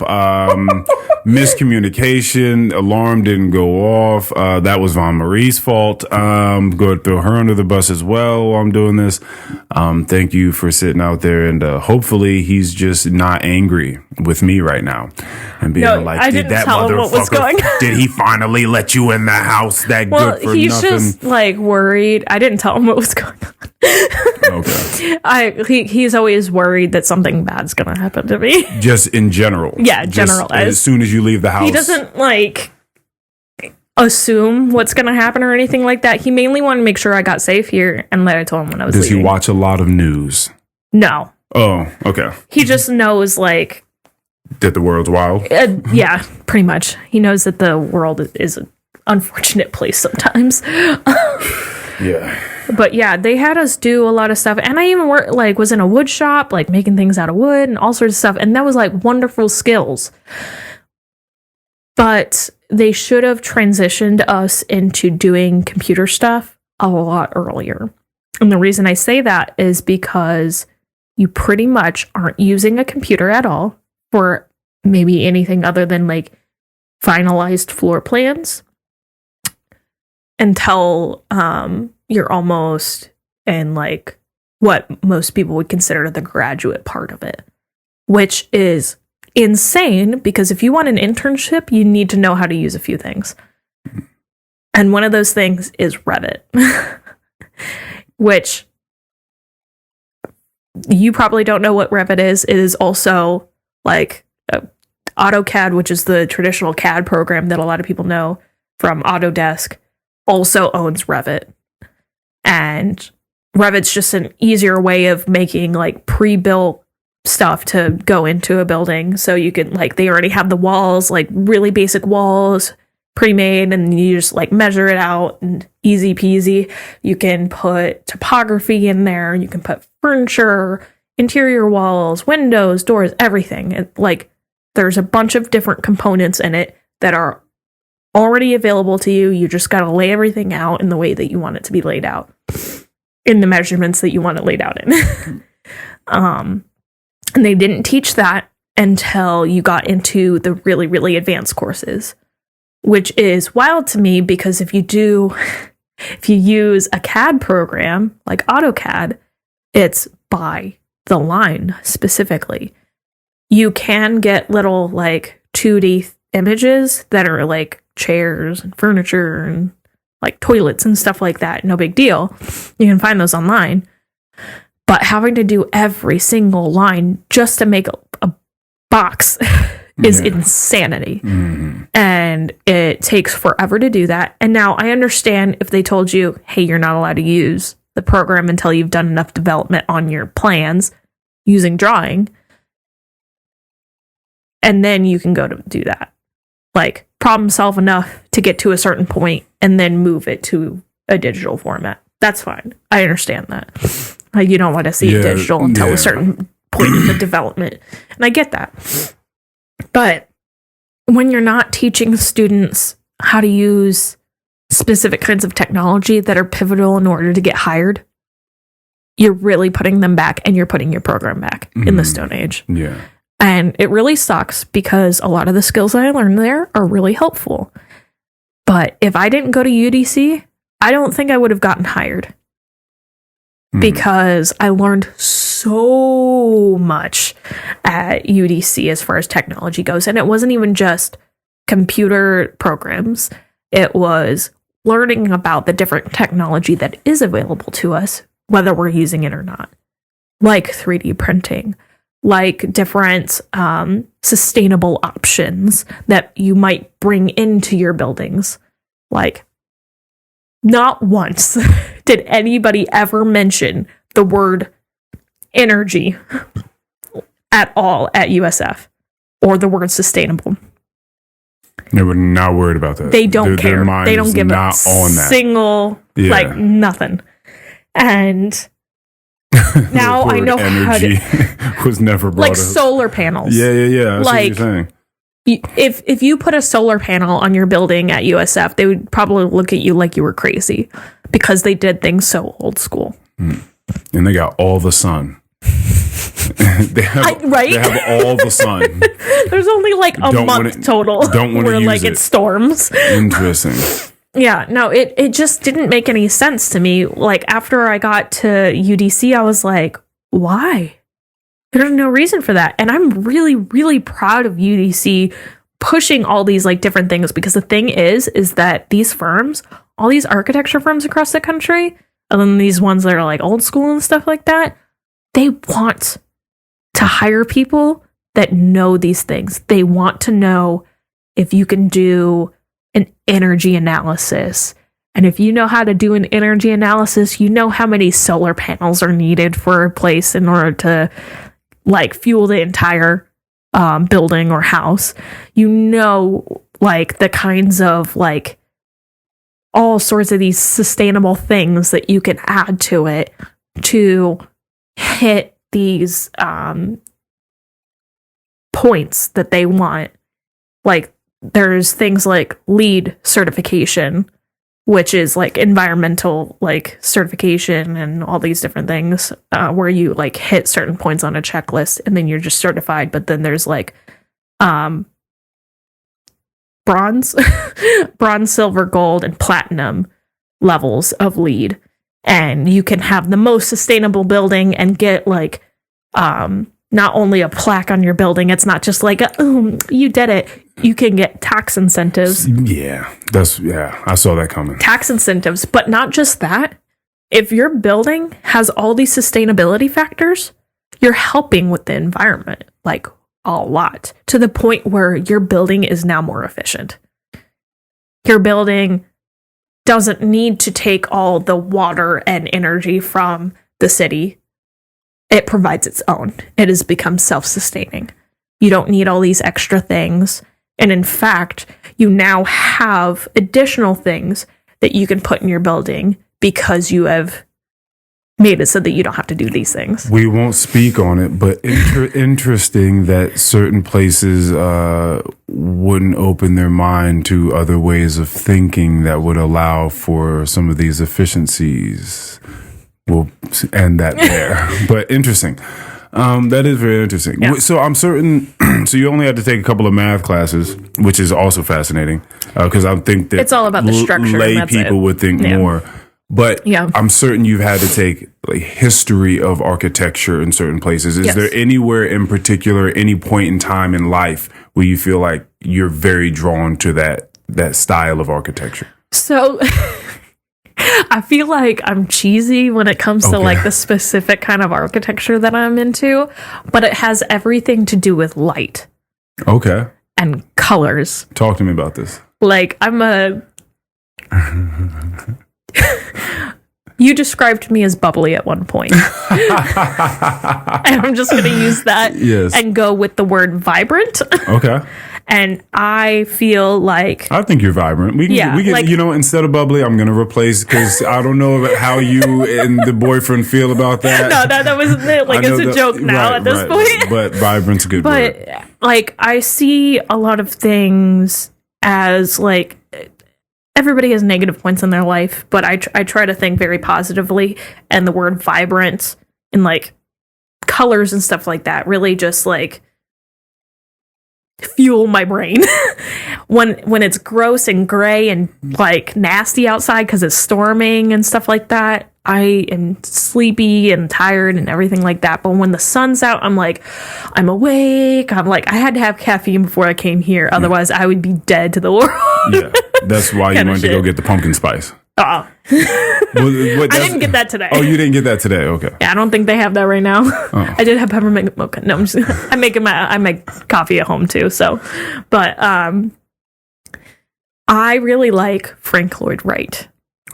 Frank Lloyd Wright. Yeah. Right. Got you. So, personality-wise, I hear he wasn't that great of a dude, but that often happens with some of the greats. Yeah. When you go run off with your mistress and then your housekeeper goes, I don't like that. I'm a catch some stuff on fire.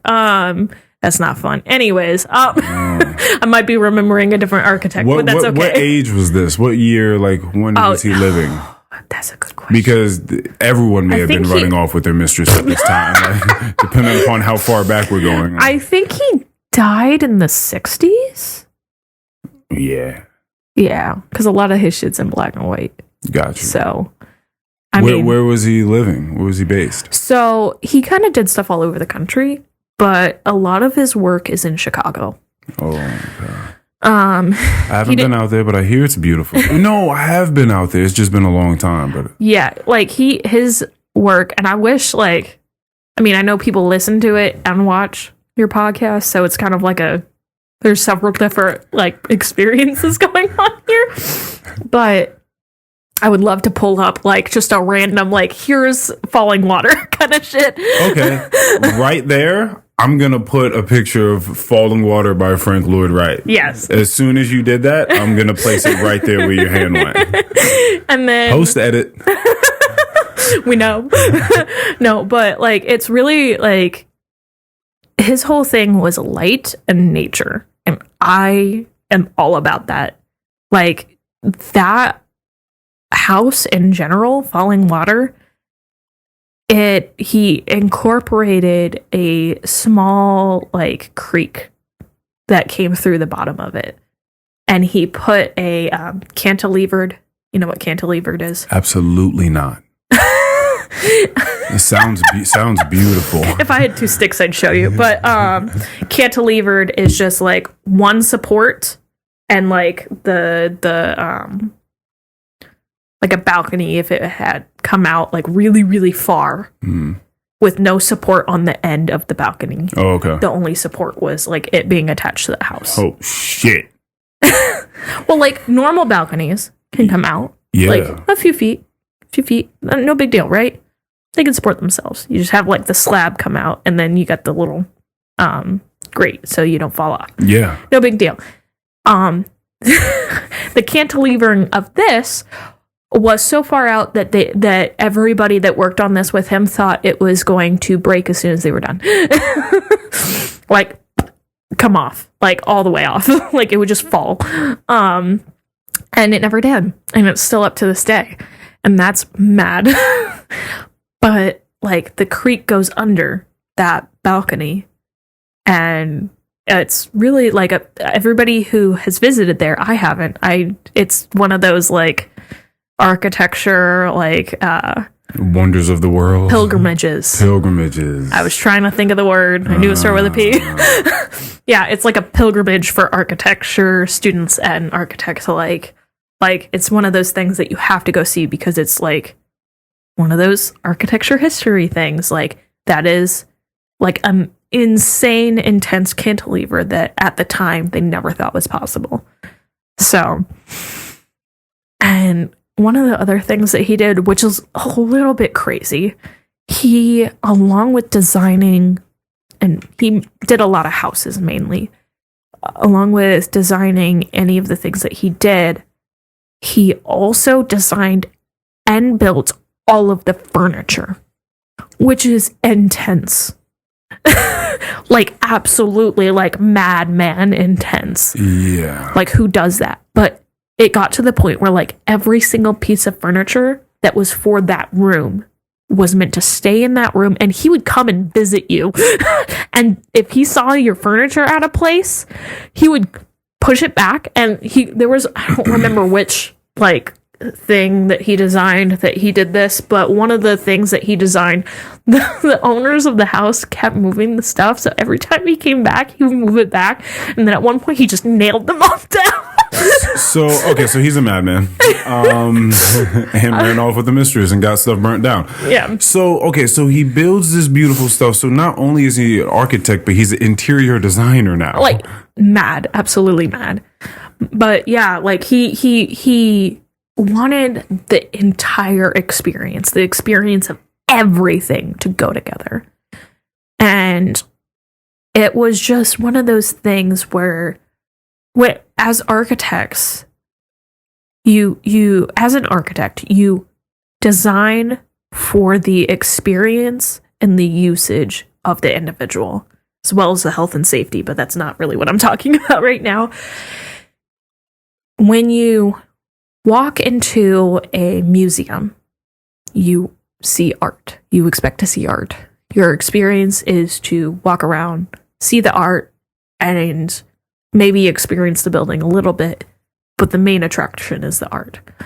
When you go into a hospital, you want to feel welcomed. You want to feel like people are being taken care of. There's specific types of experiences that you want to have in specific places.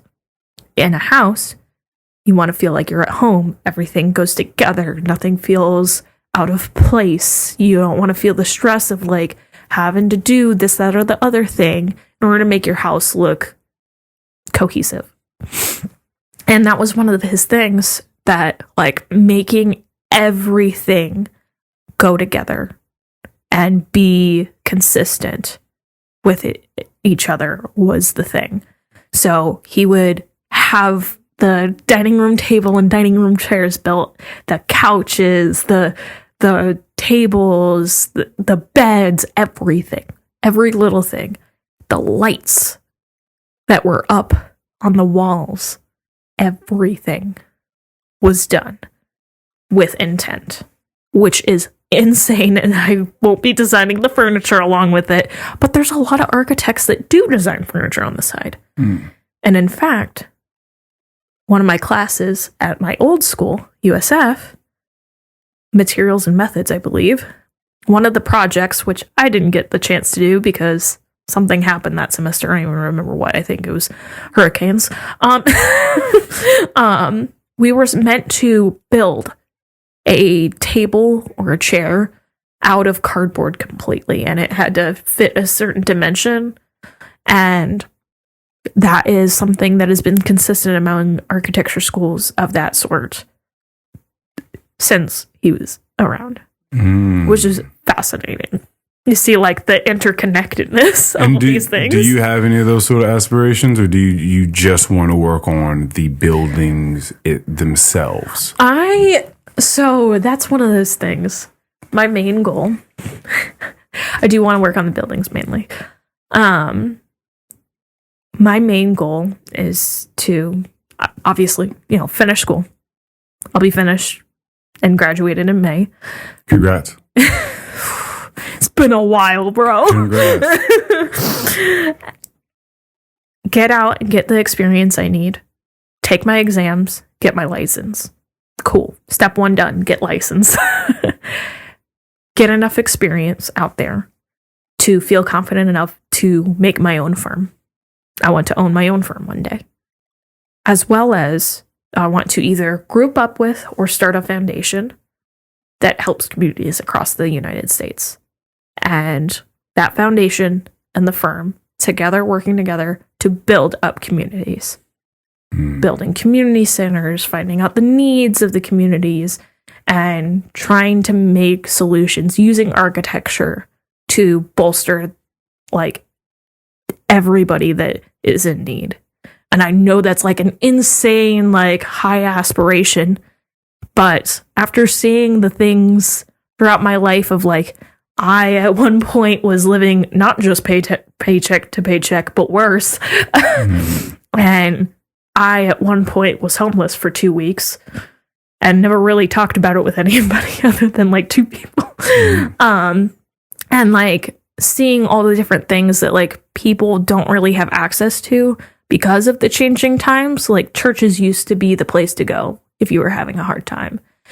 But with like all the things that are going on in that atmosphere, including my stories previously, that's not really something people want to do anymore. But there are free snacks there.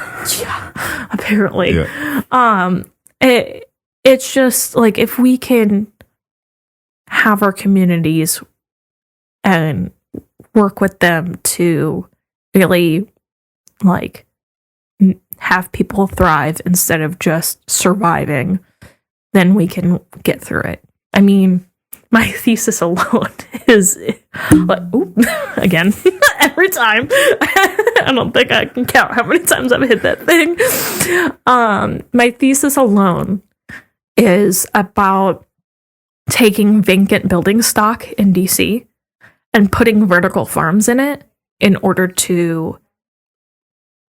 Oh, she's out there on the phone. Oh, in order to bolster communities. A lot of people don't think of DC as having food deserts at all. But they do. DC does have food deserts, and you can even look up a food desert map. And there are areas that have a lot of vacant housing, especially since COVID, because a lot of people were out housing because they couldn't afford it anymore because half their family got sick or they got sick or something happened. Food desert, by the way, just being an area in which they don't have healthy food sources within a reasonable distance. Understood. And reasonable distance also depends on the type of area that you live in. For cities, the area is a lot smaller. Suburbs, it's a lot bigger. Yeah. Rural, a lot bigger. So if you can't reasonably get to it within a certain walking distance or short drive or within certain metro stops, then it's a food desert. And I have done all the design work for it. I'm just working on my paper at this point. And it being this like idea that can become a catalyst to do bigger, better things for the community. Like maybe now that they've gotten a little bit of this, maybe they want to do a warehouse, they all want to get together. And in fact, one of my sites is actually right across the street from a church, which, funny enough, how that works. But, you know, there are still some churches that do give out food to people and do house the homeless and stuff like that. Though I do find it kind of a mad, like, policy in some places that you're not allowed to have the homeless in your church. Why? It's our property. Oh, these are policies. Yeah, not necessarily in DC. I don't know exactly their policy on homeless people, but I saw an article like yesterday. Some state policies for makes no sense. that strictly forbid like churches. Housing homeless people for some. I don't know what it is, but like homeless people get like the shit end of the stick in a lot of different states, and in fact, actually, oftentimes will get moved to a different state, which is nuts to me. But whatever.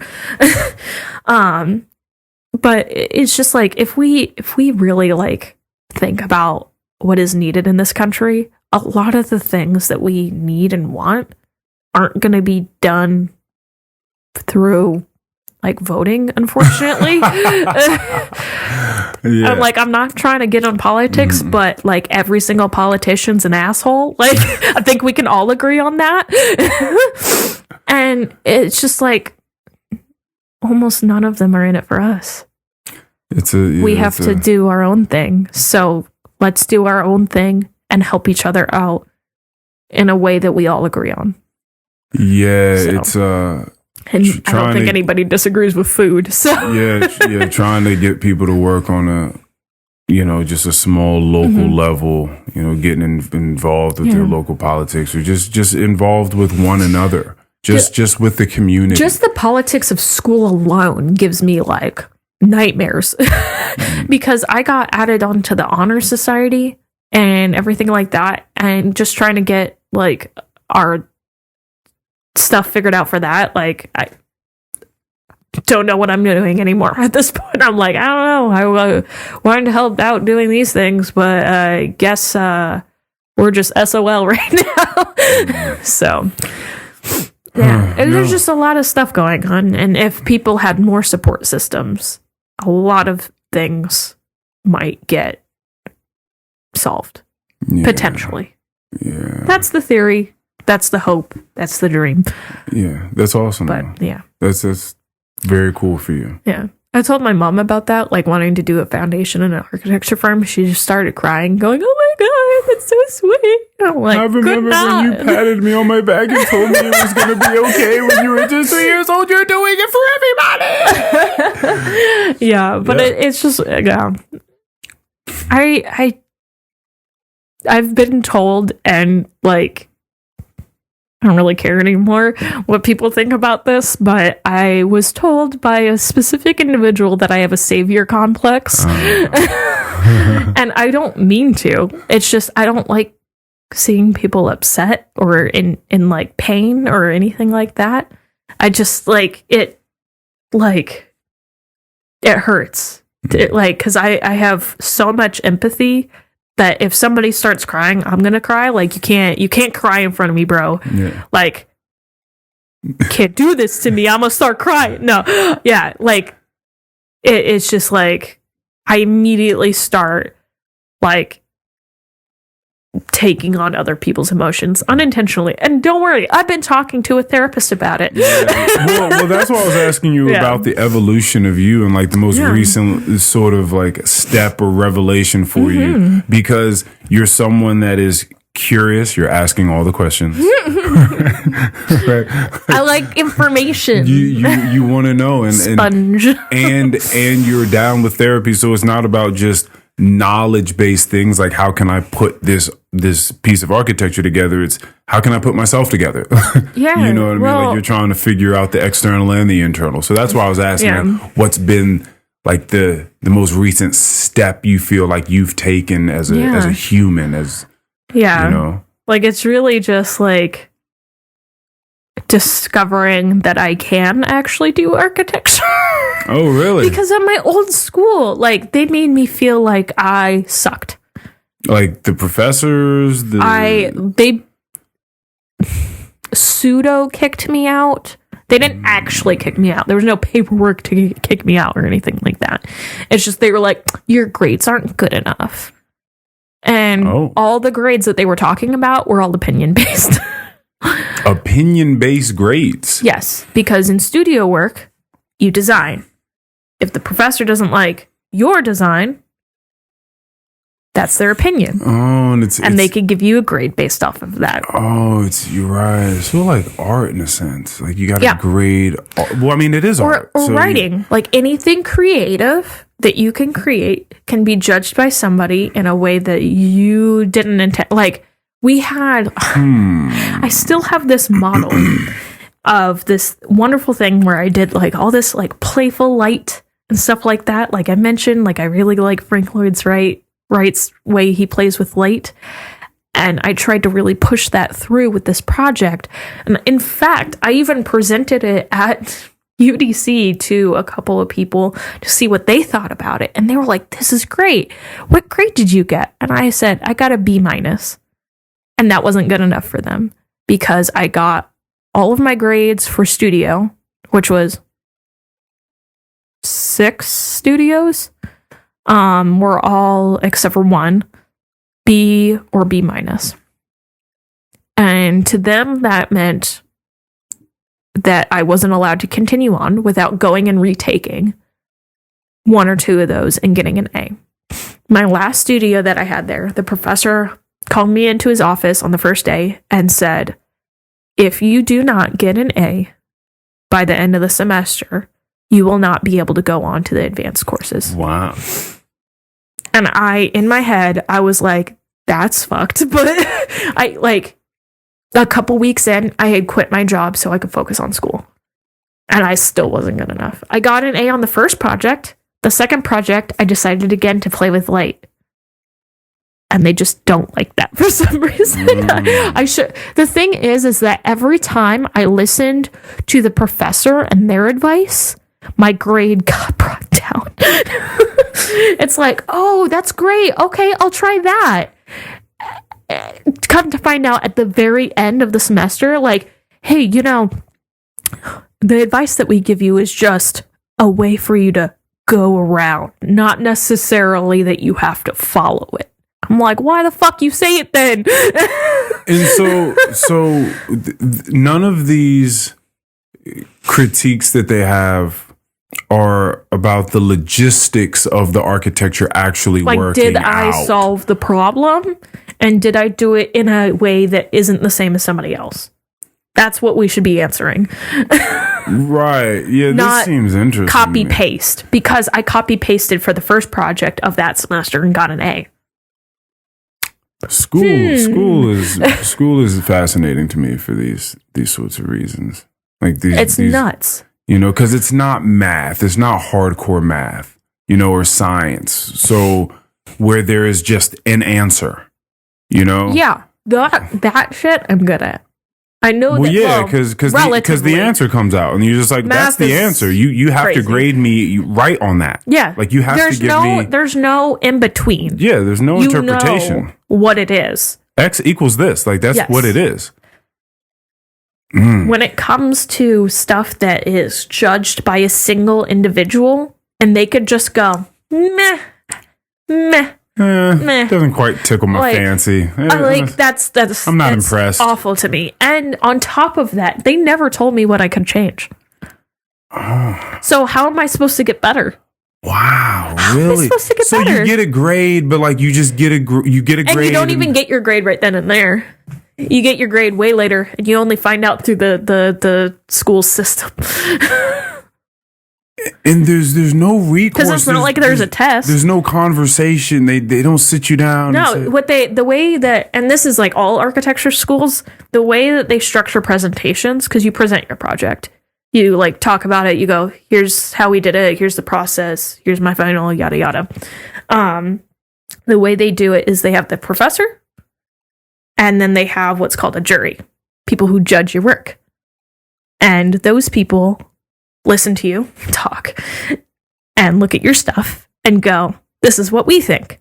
This is what we think you should improve on. Not what the professor thinks. The professor just shuts the fuck up the entire time. And the jury is made up of other professors? It's either other professors or people that they brought in.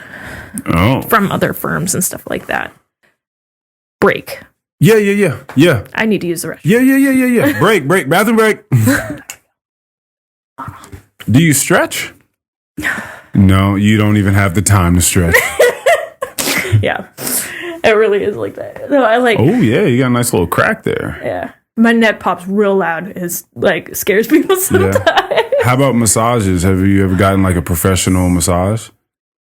I want them more often, but sometimes they get expensive. I saw a place nearby. Let's swing this back over in front of you. Yeah, so you can actually hear me. Yeah, I'd love to hear you on this audio journey. That I saw this place nearby that does, and I'm thinking about it. It's pricey, but I'm thinking I'm gonna pull the trigger on it. Oh, screw it! Yeah, do it, man. It's like a 4-person massage. Huh? Wait, yeah, I'm talking about 4 people massage you at the same time. No. And I'm thinking about getting like a 90-minute 4-person massage with just like that sounds so extra. Just got 8 hands on me. Just going to work. Okay, I'm gonna be real. That sounds like. It sounds too much? Sounds sexual. It sounds weird. I'm not. Yeah, no. I do a single person. I'm not afraid of the sexual. Like I go to like Massage Envy and stuff like that. It sounds sexual. Why? Wait a minute. Just because you multiplied the number of hands? No, I don't know. Like the way you said it. The way you said it sounded weird, bro. That's possible. I get it. I get into it. I really like 8 hands all over me. I get it. I get into it. I'm about that life. Yeah, massages are great. Yeah. So I'm thinking about one right now. Yeah, I'm just saying. Now I want to go get one. I see you. You know, you're stretching. You're trying to. Like what really like messes me up is because I work in IT currently, and I work at just a desk.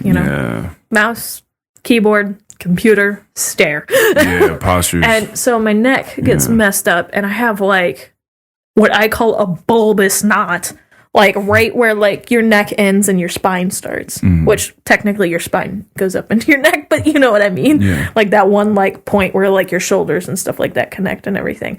Like right there feels like the biggest knot I have ever felt in my life. And a lot of people have that. Unfortunately, because we're the age of computers. So we all just like sit wrong, and like that's why I scooted back and pulled the microphone. I was like, I'm sitting all wrong. Please.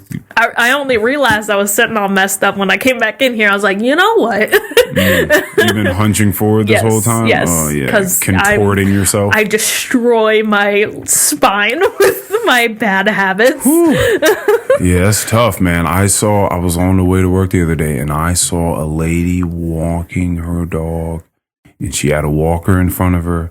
And this is not an exaggeration when I tell you she was at a 90-degree angle. Yeah. Leaning forward over top of the walker. Her face was looking down at the sidewalk. Oh, that's not good. And she was just pushing the thing. And I was like, whoa. I don't know. I don't know if supportive back brace or something. Yeah, I've seen old people hunch, but I don't know if I've seen that before. Maybe one other time in my life, but that was severe. That's I mad. was like, whoa. That's mad. I would never. You wouldn't find me like that even when I'm old, bro. Yeah, that's. I can't. To me, it's very important to stretch out, get the kinks out, get those. Fuck it, get those 4-person massages, whatever. I have issues. Well, like I'll get what I call shocks in my leg because funny enough, actually, the first time I experienced this, I was working at Buffalo Wild Wings, but I didn't know what the hell it was. I have an issue with my sciatic nerve, and I think it is from sitting so much. And because even when I was working at B-Dubs, and part of that was I was standing too much. So this like sitting and standing too much, it can mess with you. Like not doing intervals regularly can really mess with everything. And that hinge between your hips and your back is one of the weakest points in your body. The only reason I know that is because my doctor got upset at me for hurting myself and said, that is one of the weakest points in your body. Why would you do that? Because my friend wanted her hair dyed, and I was leaning over the tub to rinse her hair with her shower head. Now, after it happened, I thought, and I was like, why the hell did I do that? What was it, just like a large pinch or something that happened? Yeah, like I was at a 90-degree angle for too long. Ooh. And when I got back up, I felt pain, and I was like, that's not good. And so when I got back from visiting her, I ended up having to go to the doctor, and I was on like pain meds, steroids, and something else. I don't even remember what it was. And then they put a shot in my butt. Okay. So that's awesome. Love going to the doctor. Not. I do want to ask you this last question on architecture. I'm certain that by this time you have thought of what a perfect home for you looks like. Oh God. Actually, funny enough, my significant other and I have a while back, actually, when I like a year or two after I started architecture school at USF, had come up with a list of things that we wanted in a home, which is funny because we were long distance at the time. Because I was in Florida, he was in Virginia. Oh, y'all making it happen. Yeah, it was a rough time too. I'm certain that shit don't sound easy when people talk about that. But every time I visited, I like made time for him too. So, and there was a couple of times. If my mom sees this, I'm so sorry. I didn't tell you that I visited, and I never told her because I just wanted to spend time with my boyfriend. Aww, you were trying to make it work. Yeah. Look at you. But it's been 10 years, so since we got together. And you were making the drive, or you were flying? I was flying. Oh, yeah. You were definitely making it work. Yeah. A couple of times other people paid for my tickets, but a lot of the times I paid for my own ticket, and which was already a lot because architecture school is expensive, and I had to pay for all my own supplies. My wallet still screams to this day. Yeah, especially with Sally Mae coming after you. Yeah. I cry. Yeah, you've been thugging it out. You've been That's thugging it rough. out. Like, people go, oh, yeah, you just take out loans and you pay them back. Like, it's not that simple, guys. 18-year-olds should not be making these decisions because that is a lifelong oof.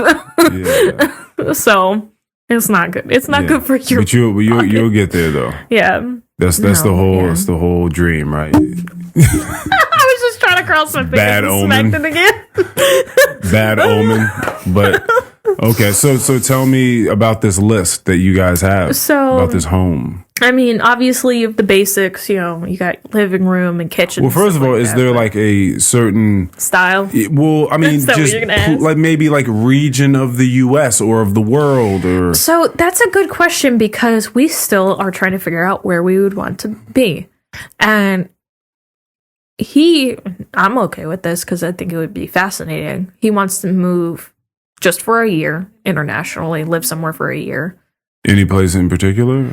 No, we're just trying to figure that out. He just wants to have it like some living experience somewhere else for a year. So go check out some of that Japanese architecture. As much as that's like awesome, I like, and to be real, like we're weird. We like sumo. Okay, why is that weird? Because everybody looks at us like, why are you watching a bunch of fat men wrestle? Dude, listen, I've never heard anyone tell me they like sumo before, even though I know sumo's a thing and clearly plenty of people watch it. But people over on this side of the pond, I suppose, don't talk about sumo at all. But there's like a weird amount of like... Where do you watch this? Just online? Like, yeah, so... The Japanese network that hosts sumo on their channel don't like when people record them and show them in other places, but they don't market it outside of Japan.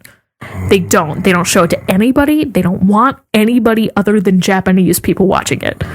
They don't want anybody involved in it, and in fact, they barely even want anybody that's not Japanese involved in the sport at all. Yeah, wow. And to be honest, and this is something that travelers and people that want to live in Japan really need to know, they don't want you there unless you're Japanese. They are quiet racists. Quiet. They're polite about it. They will politely never talk to you again and hope that you leave. Yeah, someone just sent me this video about this girl in France. Supposedly people go over to France and also have this experience often too, where they're just like, oh, you know, France so beautiful. Parisians, it's the Parisians specifically. It's not all of France. Yeah. People in Paris hate travelers. Yeah. They hate everybody. They're just like, I just want to be left alone. I'm tired of people getting in my way, which understandable. In DC, you have like groups of people, and it's only during the nice times of the year. When it's gross outside, nobody's there. But when it's during the nice, especially during like the Cherry Blossom Festival, you'll have groups, like hordes of like people from all over the country and world in DC just to see trees. And like, don't get me wrong, it's not just about the trees. They have a whole festival. They have like all sorts of things. I'll give them that. And honestly, cherry blossoms were pretty. Whatever. When people are getting in your way and you live there, just want them gone. You're like, get out of my way. I'm just trying to get home or to work. You're going to make me late. Stop standing there with your camera. Yeah. I'm certain that there's a feeling of a certain type of commodification or culture appropriation and things of that ilk that people don't like, and they feel like when other people start coming around, they're like, we don't know what's going to happen. Like, I do know that Okinawa was once a place called a blue zone where people were living to be centenarians, and a lot of it had to do with the style of diet that they had for a long time.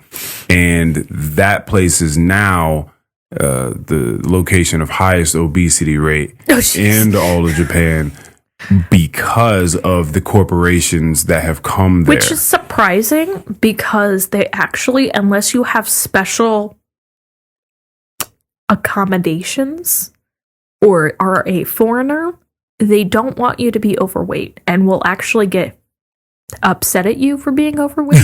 Just get mad. Just, No, they'll find you. no, they'll find you. Fine. F-I-N. Oh, they'll find you. They'll hunt Like you down. yeah, like they're just looking for you. Where they Come at? get you. Okay, they will find you. Yes. That's interesting because, like, There's exceptions to the rule. I was about to say, like, are they coming to weigh you and be like, oh, No, or are they just looking at you, be like, I don't like the way you look. It's You're a little too about big. your band size, Oh. not about your weight itself. If you're tall, they don't expect you to be under a certain weight. Like, I'm not gonna expect you to be under a certain like this the same weight I'm supposed to be. That would make you like go to the hospital. Like, the weight I'm supposed to be is like 130. If you were 130, I would be highly worried for your health. And when we say supposed to be, by the way, that's like a weight that's. Oh yeah, that's like the doctor, in quotes, doctors like recommend you being that weight. That, like, for your build. Which is wild to me because I looked my best at 140. And doctors tell me I need to be 120 to 125. And I'm like, Is I this look about- anorexic. Is it about, like, visceral fat? Like, is it about fat, like, pushing on organs? What is it? Like, what is that whole study about? Dude, I don't even know at this point because like there's so much conflicting information about like what actually your healthiest weight should be. Now there's clear Maybe also signs. about bone density as well. Like Yeah, the well, weight it's just like, they have like the height weight chart, and that's like what sort of things I'm referencing as far as like what doctors say your weight should be.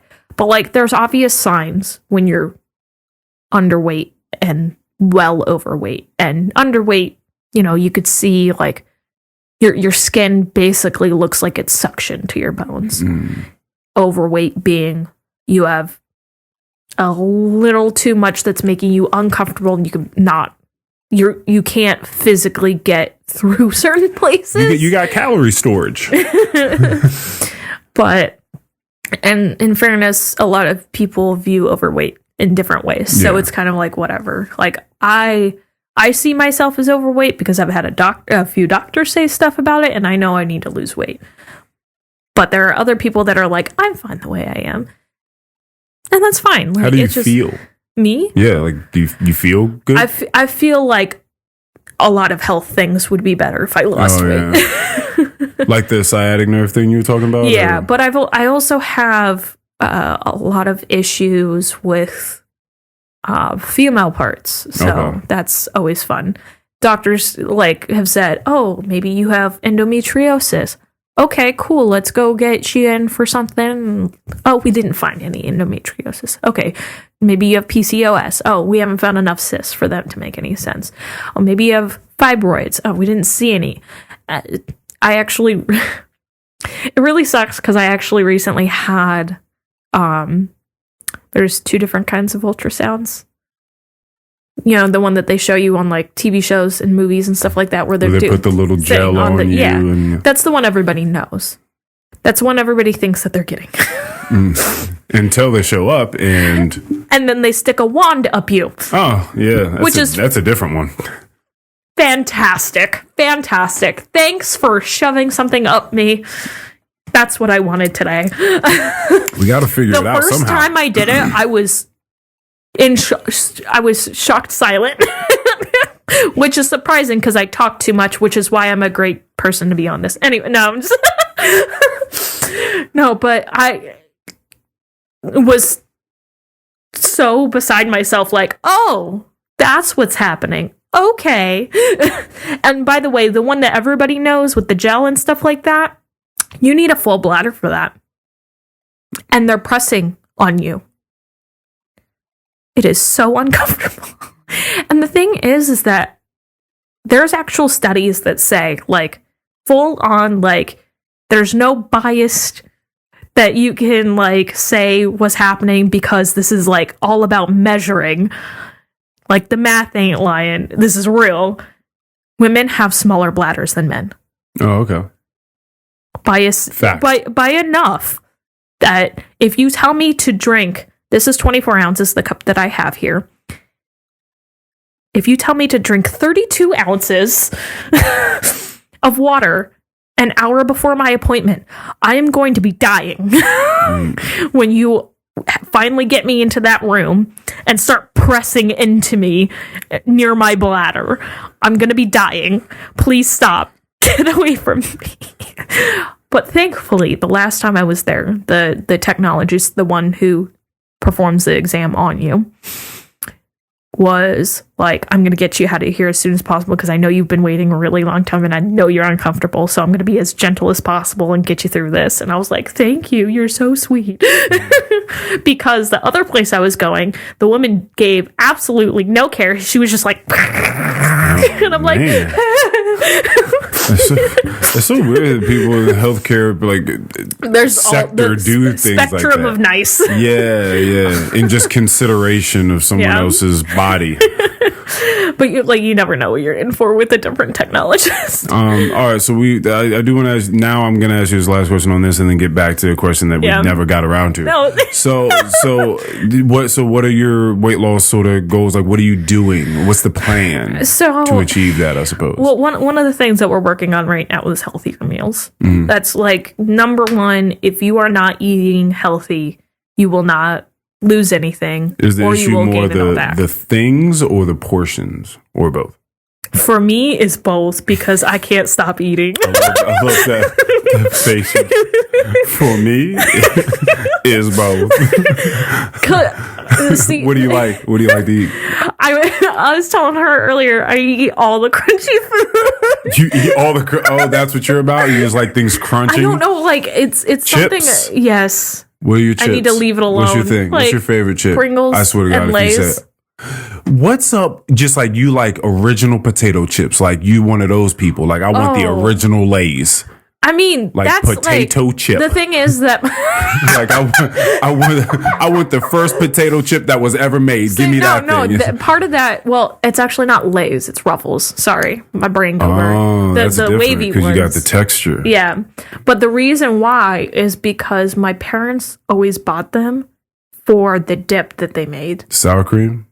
It does have sour cream in it. It's French onion dip. Oh, French onion. It's really good. And so, like, so whenever they have that out, I eat too many of the chips. And I think that's part of my problem. But since I like crunchy foods, I started to switch to crunchy vegetables, like carrots. Dip it in hummus. Good. Delicious. Some red pepper roasted hummus. Ooh, some carrots for sure. I found some spicy chipotle hummus, and I was... Oh, yeah? Sauces is what kills people, and they don't even know it. Ranch is so bad for you. When you start looking at the calories in sauces, they get wild. That's why I make a lot of my... Listen, we worked at B-Dubs. I know. Ooh.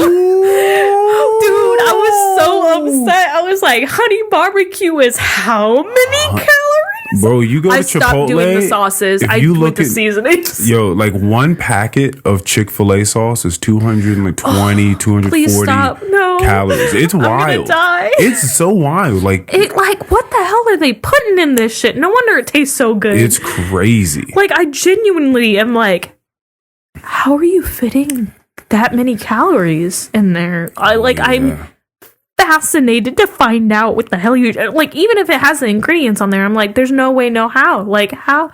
What?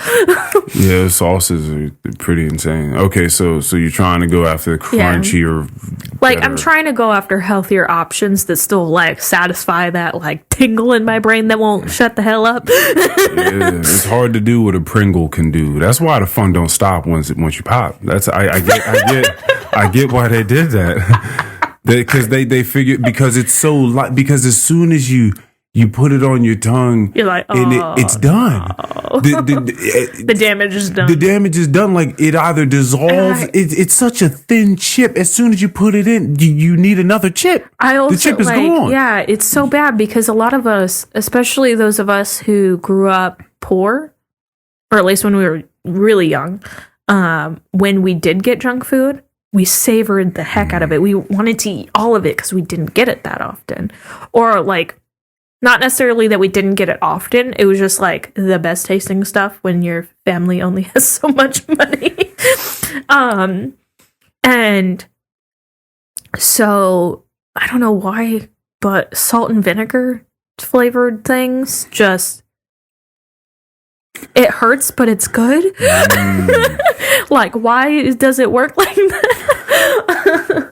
I don't know. Like, all of us people who like salt and vinegar got some sort of mental problem, but we like the pain or something. It is fascinating. But yeah, like, so trying to eat healthier options, telling my significant other, please calm down on the butter and cream, and trying to be more like active. baked things like pastries? I'm a bread girl. You like bread? And he learned how to make homemade bread. Oh, yeah. And it's really good. Yeah. Soft. And it's angering how good it is. Does he put sugar in it?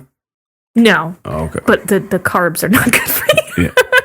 Yeah. The mass amount of calories packed into bread is not great. But he used to try and make bread, and like it would always end up dense. And like I still liked it because I'm a fiend when it comes to bread. Yeah. I still like it because I like bread. Like, I just like it. Yeah. I'm a bread girl. What do you want from me? But more recently, within the past like 6 months, he's been getting really into watching like these professional chefs and like doing all this like crazy stuff. Crazy stuff. It's really just about like the techniques that they use to do some of these things. And one of those things was watching one of them with the techniques make bread. And he started to get better and better, and it stopped being so dense.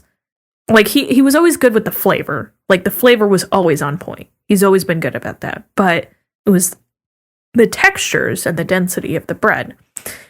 And the techniques that they use, that he implemented, it got less dense, it got fluffy, and then all of a sudden he had this nice fluffy, like, inside, and then a really thin, crispy outside. That was like, when they run the knife over bread and it's got that nice sound, it had that. And once you cut into that and it was still warm, it was like smelling heaven or something. Yeah. It was so ridiculously I see good. it in you right now. Oh God, yeah. my mouth's watering. I'm hungry now though. It's dinner time in fairness. Yeah, I see you. But it's so nuts. And actually in November I went to my great aunt's funeral, but he sent me with a loaf of bread. He's like, give this to your parents. Oh, that's a nice offering. Like, cool, yeah, all right. It's a beautiful offering. And my stepdad didn't want any, but my mom was like, let's bring it on the plane with this. Yeah. I was like, okay, let's cut it up beforehand. And she smelled it and she was like, okay, so this is what we're trying to do. Cut down on all that delicious bread. Yeah. The butters he's using to make everything, apparently. Yeah. Well, the thing is, like, chips. good butter is good butter, you know? Yeah. No French onion dip. Yeah. No sour cream and onion. I'm trying to pace myself. Yeah, just trying to pace yourself. I got you. But I know I need to be more active because that's really how you, like, legitimately lose weight. Not just, like, counting calories and cutting down certain What do you things. like to do that's active? Like, what activity? So, I like to walk. Like, that's my main thing. But unfortunately, because of the cold and snow today, it's kind of not easy to do. But we're hoping that once it gets a little bit warmer or on nicer days where it's a little bit more feasible to do this, that we can get out and walk. And we'll have to, like, drive to places to do that. But I'm really somebody who just likes to walk around and do that. Like, I've never been a runner. And for those who can see me, yes, I've never been a runner. Oh, surprise. You're a fool for that. That's so crazy. That's not true. It would surprise you. Yeah. Like how many people of all shapes and sizes do so many athletic events that you would just never. But the thing is, like, look at the way those sumo people move. Yes. Well, they have to. They pack on to make it harder for other people to push them out. That's the thing. Mm-hmm. They exercise like mad, but they also put on weight so that they're less easy to push out of the ring. Yeah.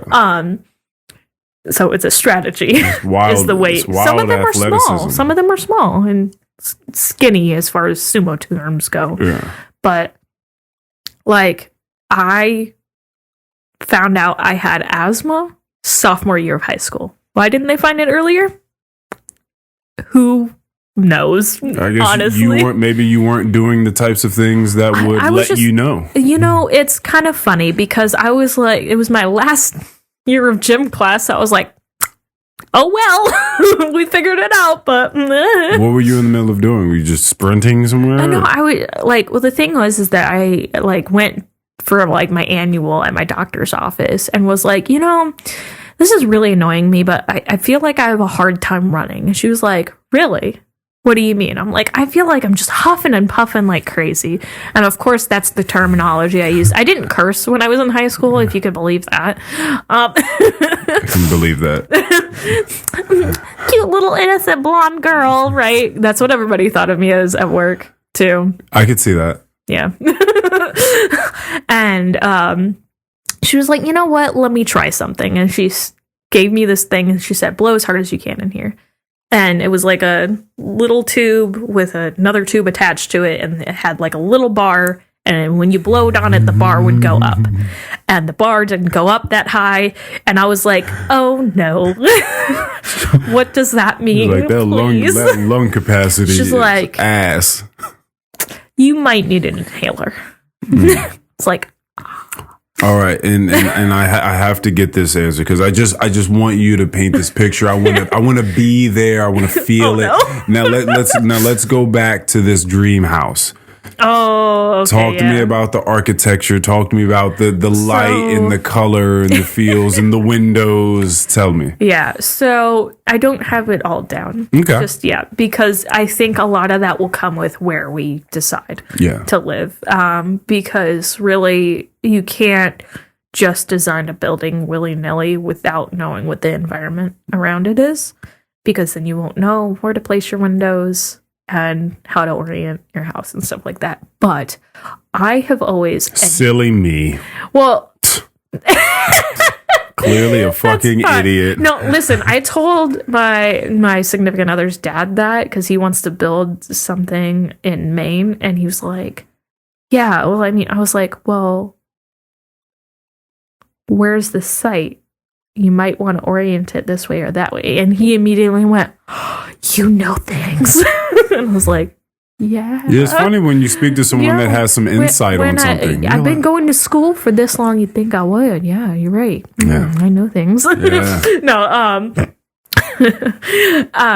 but I've always imagined, and he doesn't care about this. He just wants specific rooms in the house and the ability to do certain things on the land. Like farm and stuff like that, like grow your own plants and everything like that. But I always imagine like a Italian/Greek villa style looking house. So like you have the house wrapping in like kind of a U shape with like some areas that are outside, and then like again, and then like. There would be a pool in the middle for a lot of these, but it doesn't necessarily have to be a pool. It could be something else. But I always imagine something like that. So I've been trying to I scrapped my old design. I was like, this looks like I'll make a new one. I had started to design it. Okay, see, you started to design it. Okay. And I was not happy with it. And I was like, why did I... Because, I designed it, years ago. And then I went back to it because I was like, I'm curious to how much I did on it.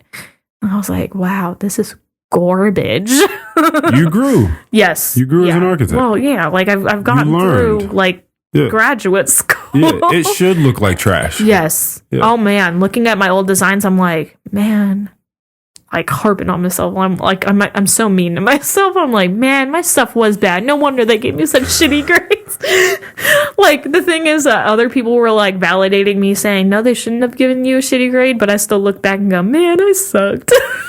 Yeah, it's really bad when you look at yourself like that. But again, therapy. No, but yeah, we have a lot of stuff that we want in them. Obviously, we want, a nice sizable bedroom and nice bathroom. But our main things that we want are really nice chef style kitchen, like one that has all the space that we need. And you can hang your pots and pans, and it has an island, and it has all the counter space. Currently, we live in a house that feels like there's no counter space ever. Yeah. But part of that is due to the fact that we have so many kitchen gadgets. Like, oh yeah, how often do you use your air fryer? Don't ask me that question. I don't know the answer. That's hilarious. I use my air fryer. Oh yeah, when we first got it, I used it a lot. But that's because I was the one cooking. He is now the one cooking. Thank God I don't have that responsibility anymore, because I'm pretty sure I suck at cooking and I didn't realize it because I was making poor people food for myself for too long that I think I broke my... Like, I think I used to be good at cooking, but then, like, when you're poor, you don't make good food. Or, like, you try to with seasoning, but that doesn't mean it's good for you. What were these meals you were putting together? What are your poor people meals? Like, what was happening in that kitchen? Chicken, rice, and beans, like, all day, every day. Chicken, rice, and beans. And just basic salt, pepper. Oh, no, I'm not that white. Adobo. No, well, it depended on my mood, honestly. Yeah. Like, if I was not feeling great, it'd probably just be, like, some basic stuff. But, you know, like, the amount of people I know that don't use salt is actually scary. So, like, and they think pepper's spicy. I'm like, what's wrong with you? I can understand it making you sneeze, but why does it hurt your mouth? Wow. That's interesting. I remember seeing some meme a long time ago. It was like, all those years ago, white people conquered all these different places and collected all these spices and then didn't use one of them. No, that's mainly making fun of England because their food is, according to several people that have told me this, their food is not good. Oh, damn. The food that you want to eat in England, actually the whole UK really, is specifically foreign food. Wow. Because there's a lot of Indian restaurants too. And they say, go there. Don't go to the, like, bar and eat their food. Like, sure, I love me some fish and chips, but, like, don't eat the haggis. Damn. But that's Scott. That's terrible. It's funny. But, like, obviously, like, you know. That's what my little sister said about Paris. She was like, don't eat the food. She was like, the pastries, like, they're everything you hear. They're made, they put you in heaven. They're all clouds of just deliciousness. And the stuff they've come up with is mad. Beautiful. She was like, food? Like, she was like, it's cool. Like, it's all right. She was like, but I really feel like a lot of the things were bland. Yeah. Interesting. I don't know. Well, it's wild to me because, before I got with my significant other, like, my mom she doesn't have a huge spice cabinet or anything like that, but she wasn't, like, lacking all the spices. Like, obviously, you know, basic salt, pepper, cool. Garlic powder, onion powder, cool. That's a lot of basic white people seasonings, but my stepdad is Italian, so there was a little bit more in there. You know, there's, like, basil and, like, you know. I like basil. Yeah, basil's the shit. We're growing some fresh basil out here. Fresh basil. We grow it every season. And some cherry tomatoes as well. And when we have too much at the end and, like, the plants are going to die if we don't get it all off, we dry it all. And then shred it, and it goes into a little shaker. Yeah. And now we got basil seasoning. Oh, yeah, and your air fryer does dehydrate. Yeah. We have a whole dehydrator. Oh, okay. Oh, so, you got the real thing. We got the real deal. Oh, yeah, you need some more layers. counter space. Yeah, you need more counter space for sure. We're dying. Yeah, we got, like, a mixer too, and just, like. But that'll be cool though, because you'll get older. But still young. Like, you'll be able to see, like, the development of things. Be like, man, remember when we were back there doing that thing? Do you know what a sous vide is? Yes, I haven't enjoyed anything sous vide yet. I don't believe, but I've been if you ever get one, because you it heats the water, and it churns the water. You put your food in, like, a sealed package and then put it in there. Salmon with, like, a little bit of butter, lemon, like seasonings, fresh herbs, all that Yeah. melts in your mouth. Yeah. Kind of good. And we should stop talking about food, probably. Yeah, sure. Let me ask you. Let's end on this point here. How do you feel in general? Let's just try to wrap all of life up together in one perfect little present. We'll try without me getting off track. How do you feel about your life, your place in that life in general? Oh boy. Yeah. The big questions. Goodness gracious, A man. little bit. Well, I feel like I've had a place in a lot of other people's lives that were really important to them, like my best friend and stuff like that. Or like if I wasn't there, she probably wouldn't be here with us, kind of thing. And I feel like my journey has led me a specific direction for a reason. And I feel that, but I know a lot of other people don't feel that, you know?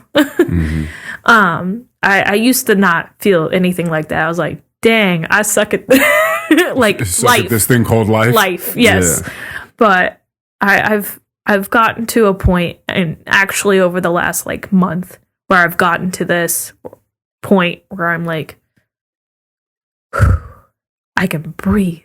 I can maybe not everything, not all the stress is gone. Maybe not everything's put in place, but I feel like the way my life is heading, at least the direction, can be seen. I can see the light. I can see at the end of the tunnel. I can see where I'm heading, and my direction is clear at this time. So I feel like overall, I feel like I'm in a good place. That's beautiful. Maybe it could be better. Thankfully, it's not worse. But yeah. That's beautiful. Yeah. That's awesome. I'm really glad to hear that for you. Congratulations on that perspective.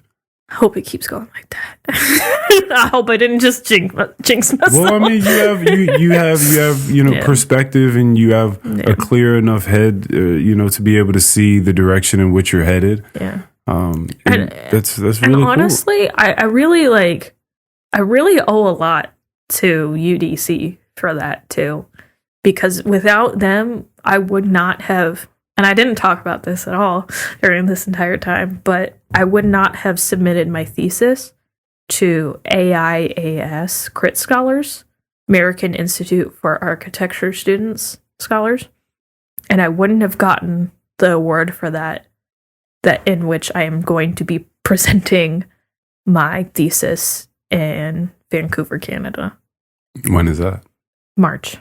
That's beautiful. It's nuts. That's My really face cool. is on a website. That's weird. Like, I could not believe it for a long time.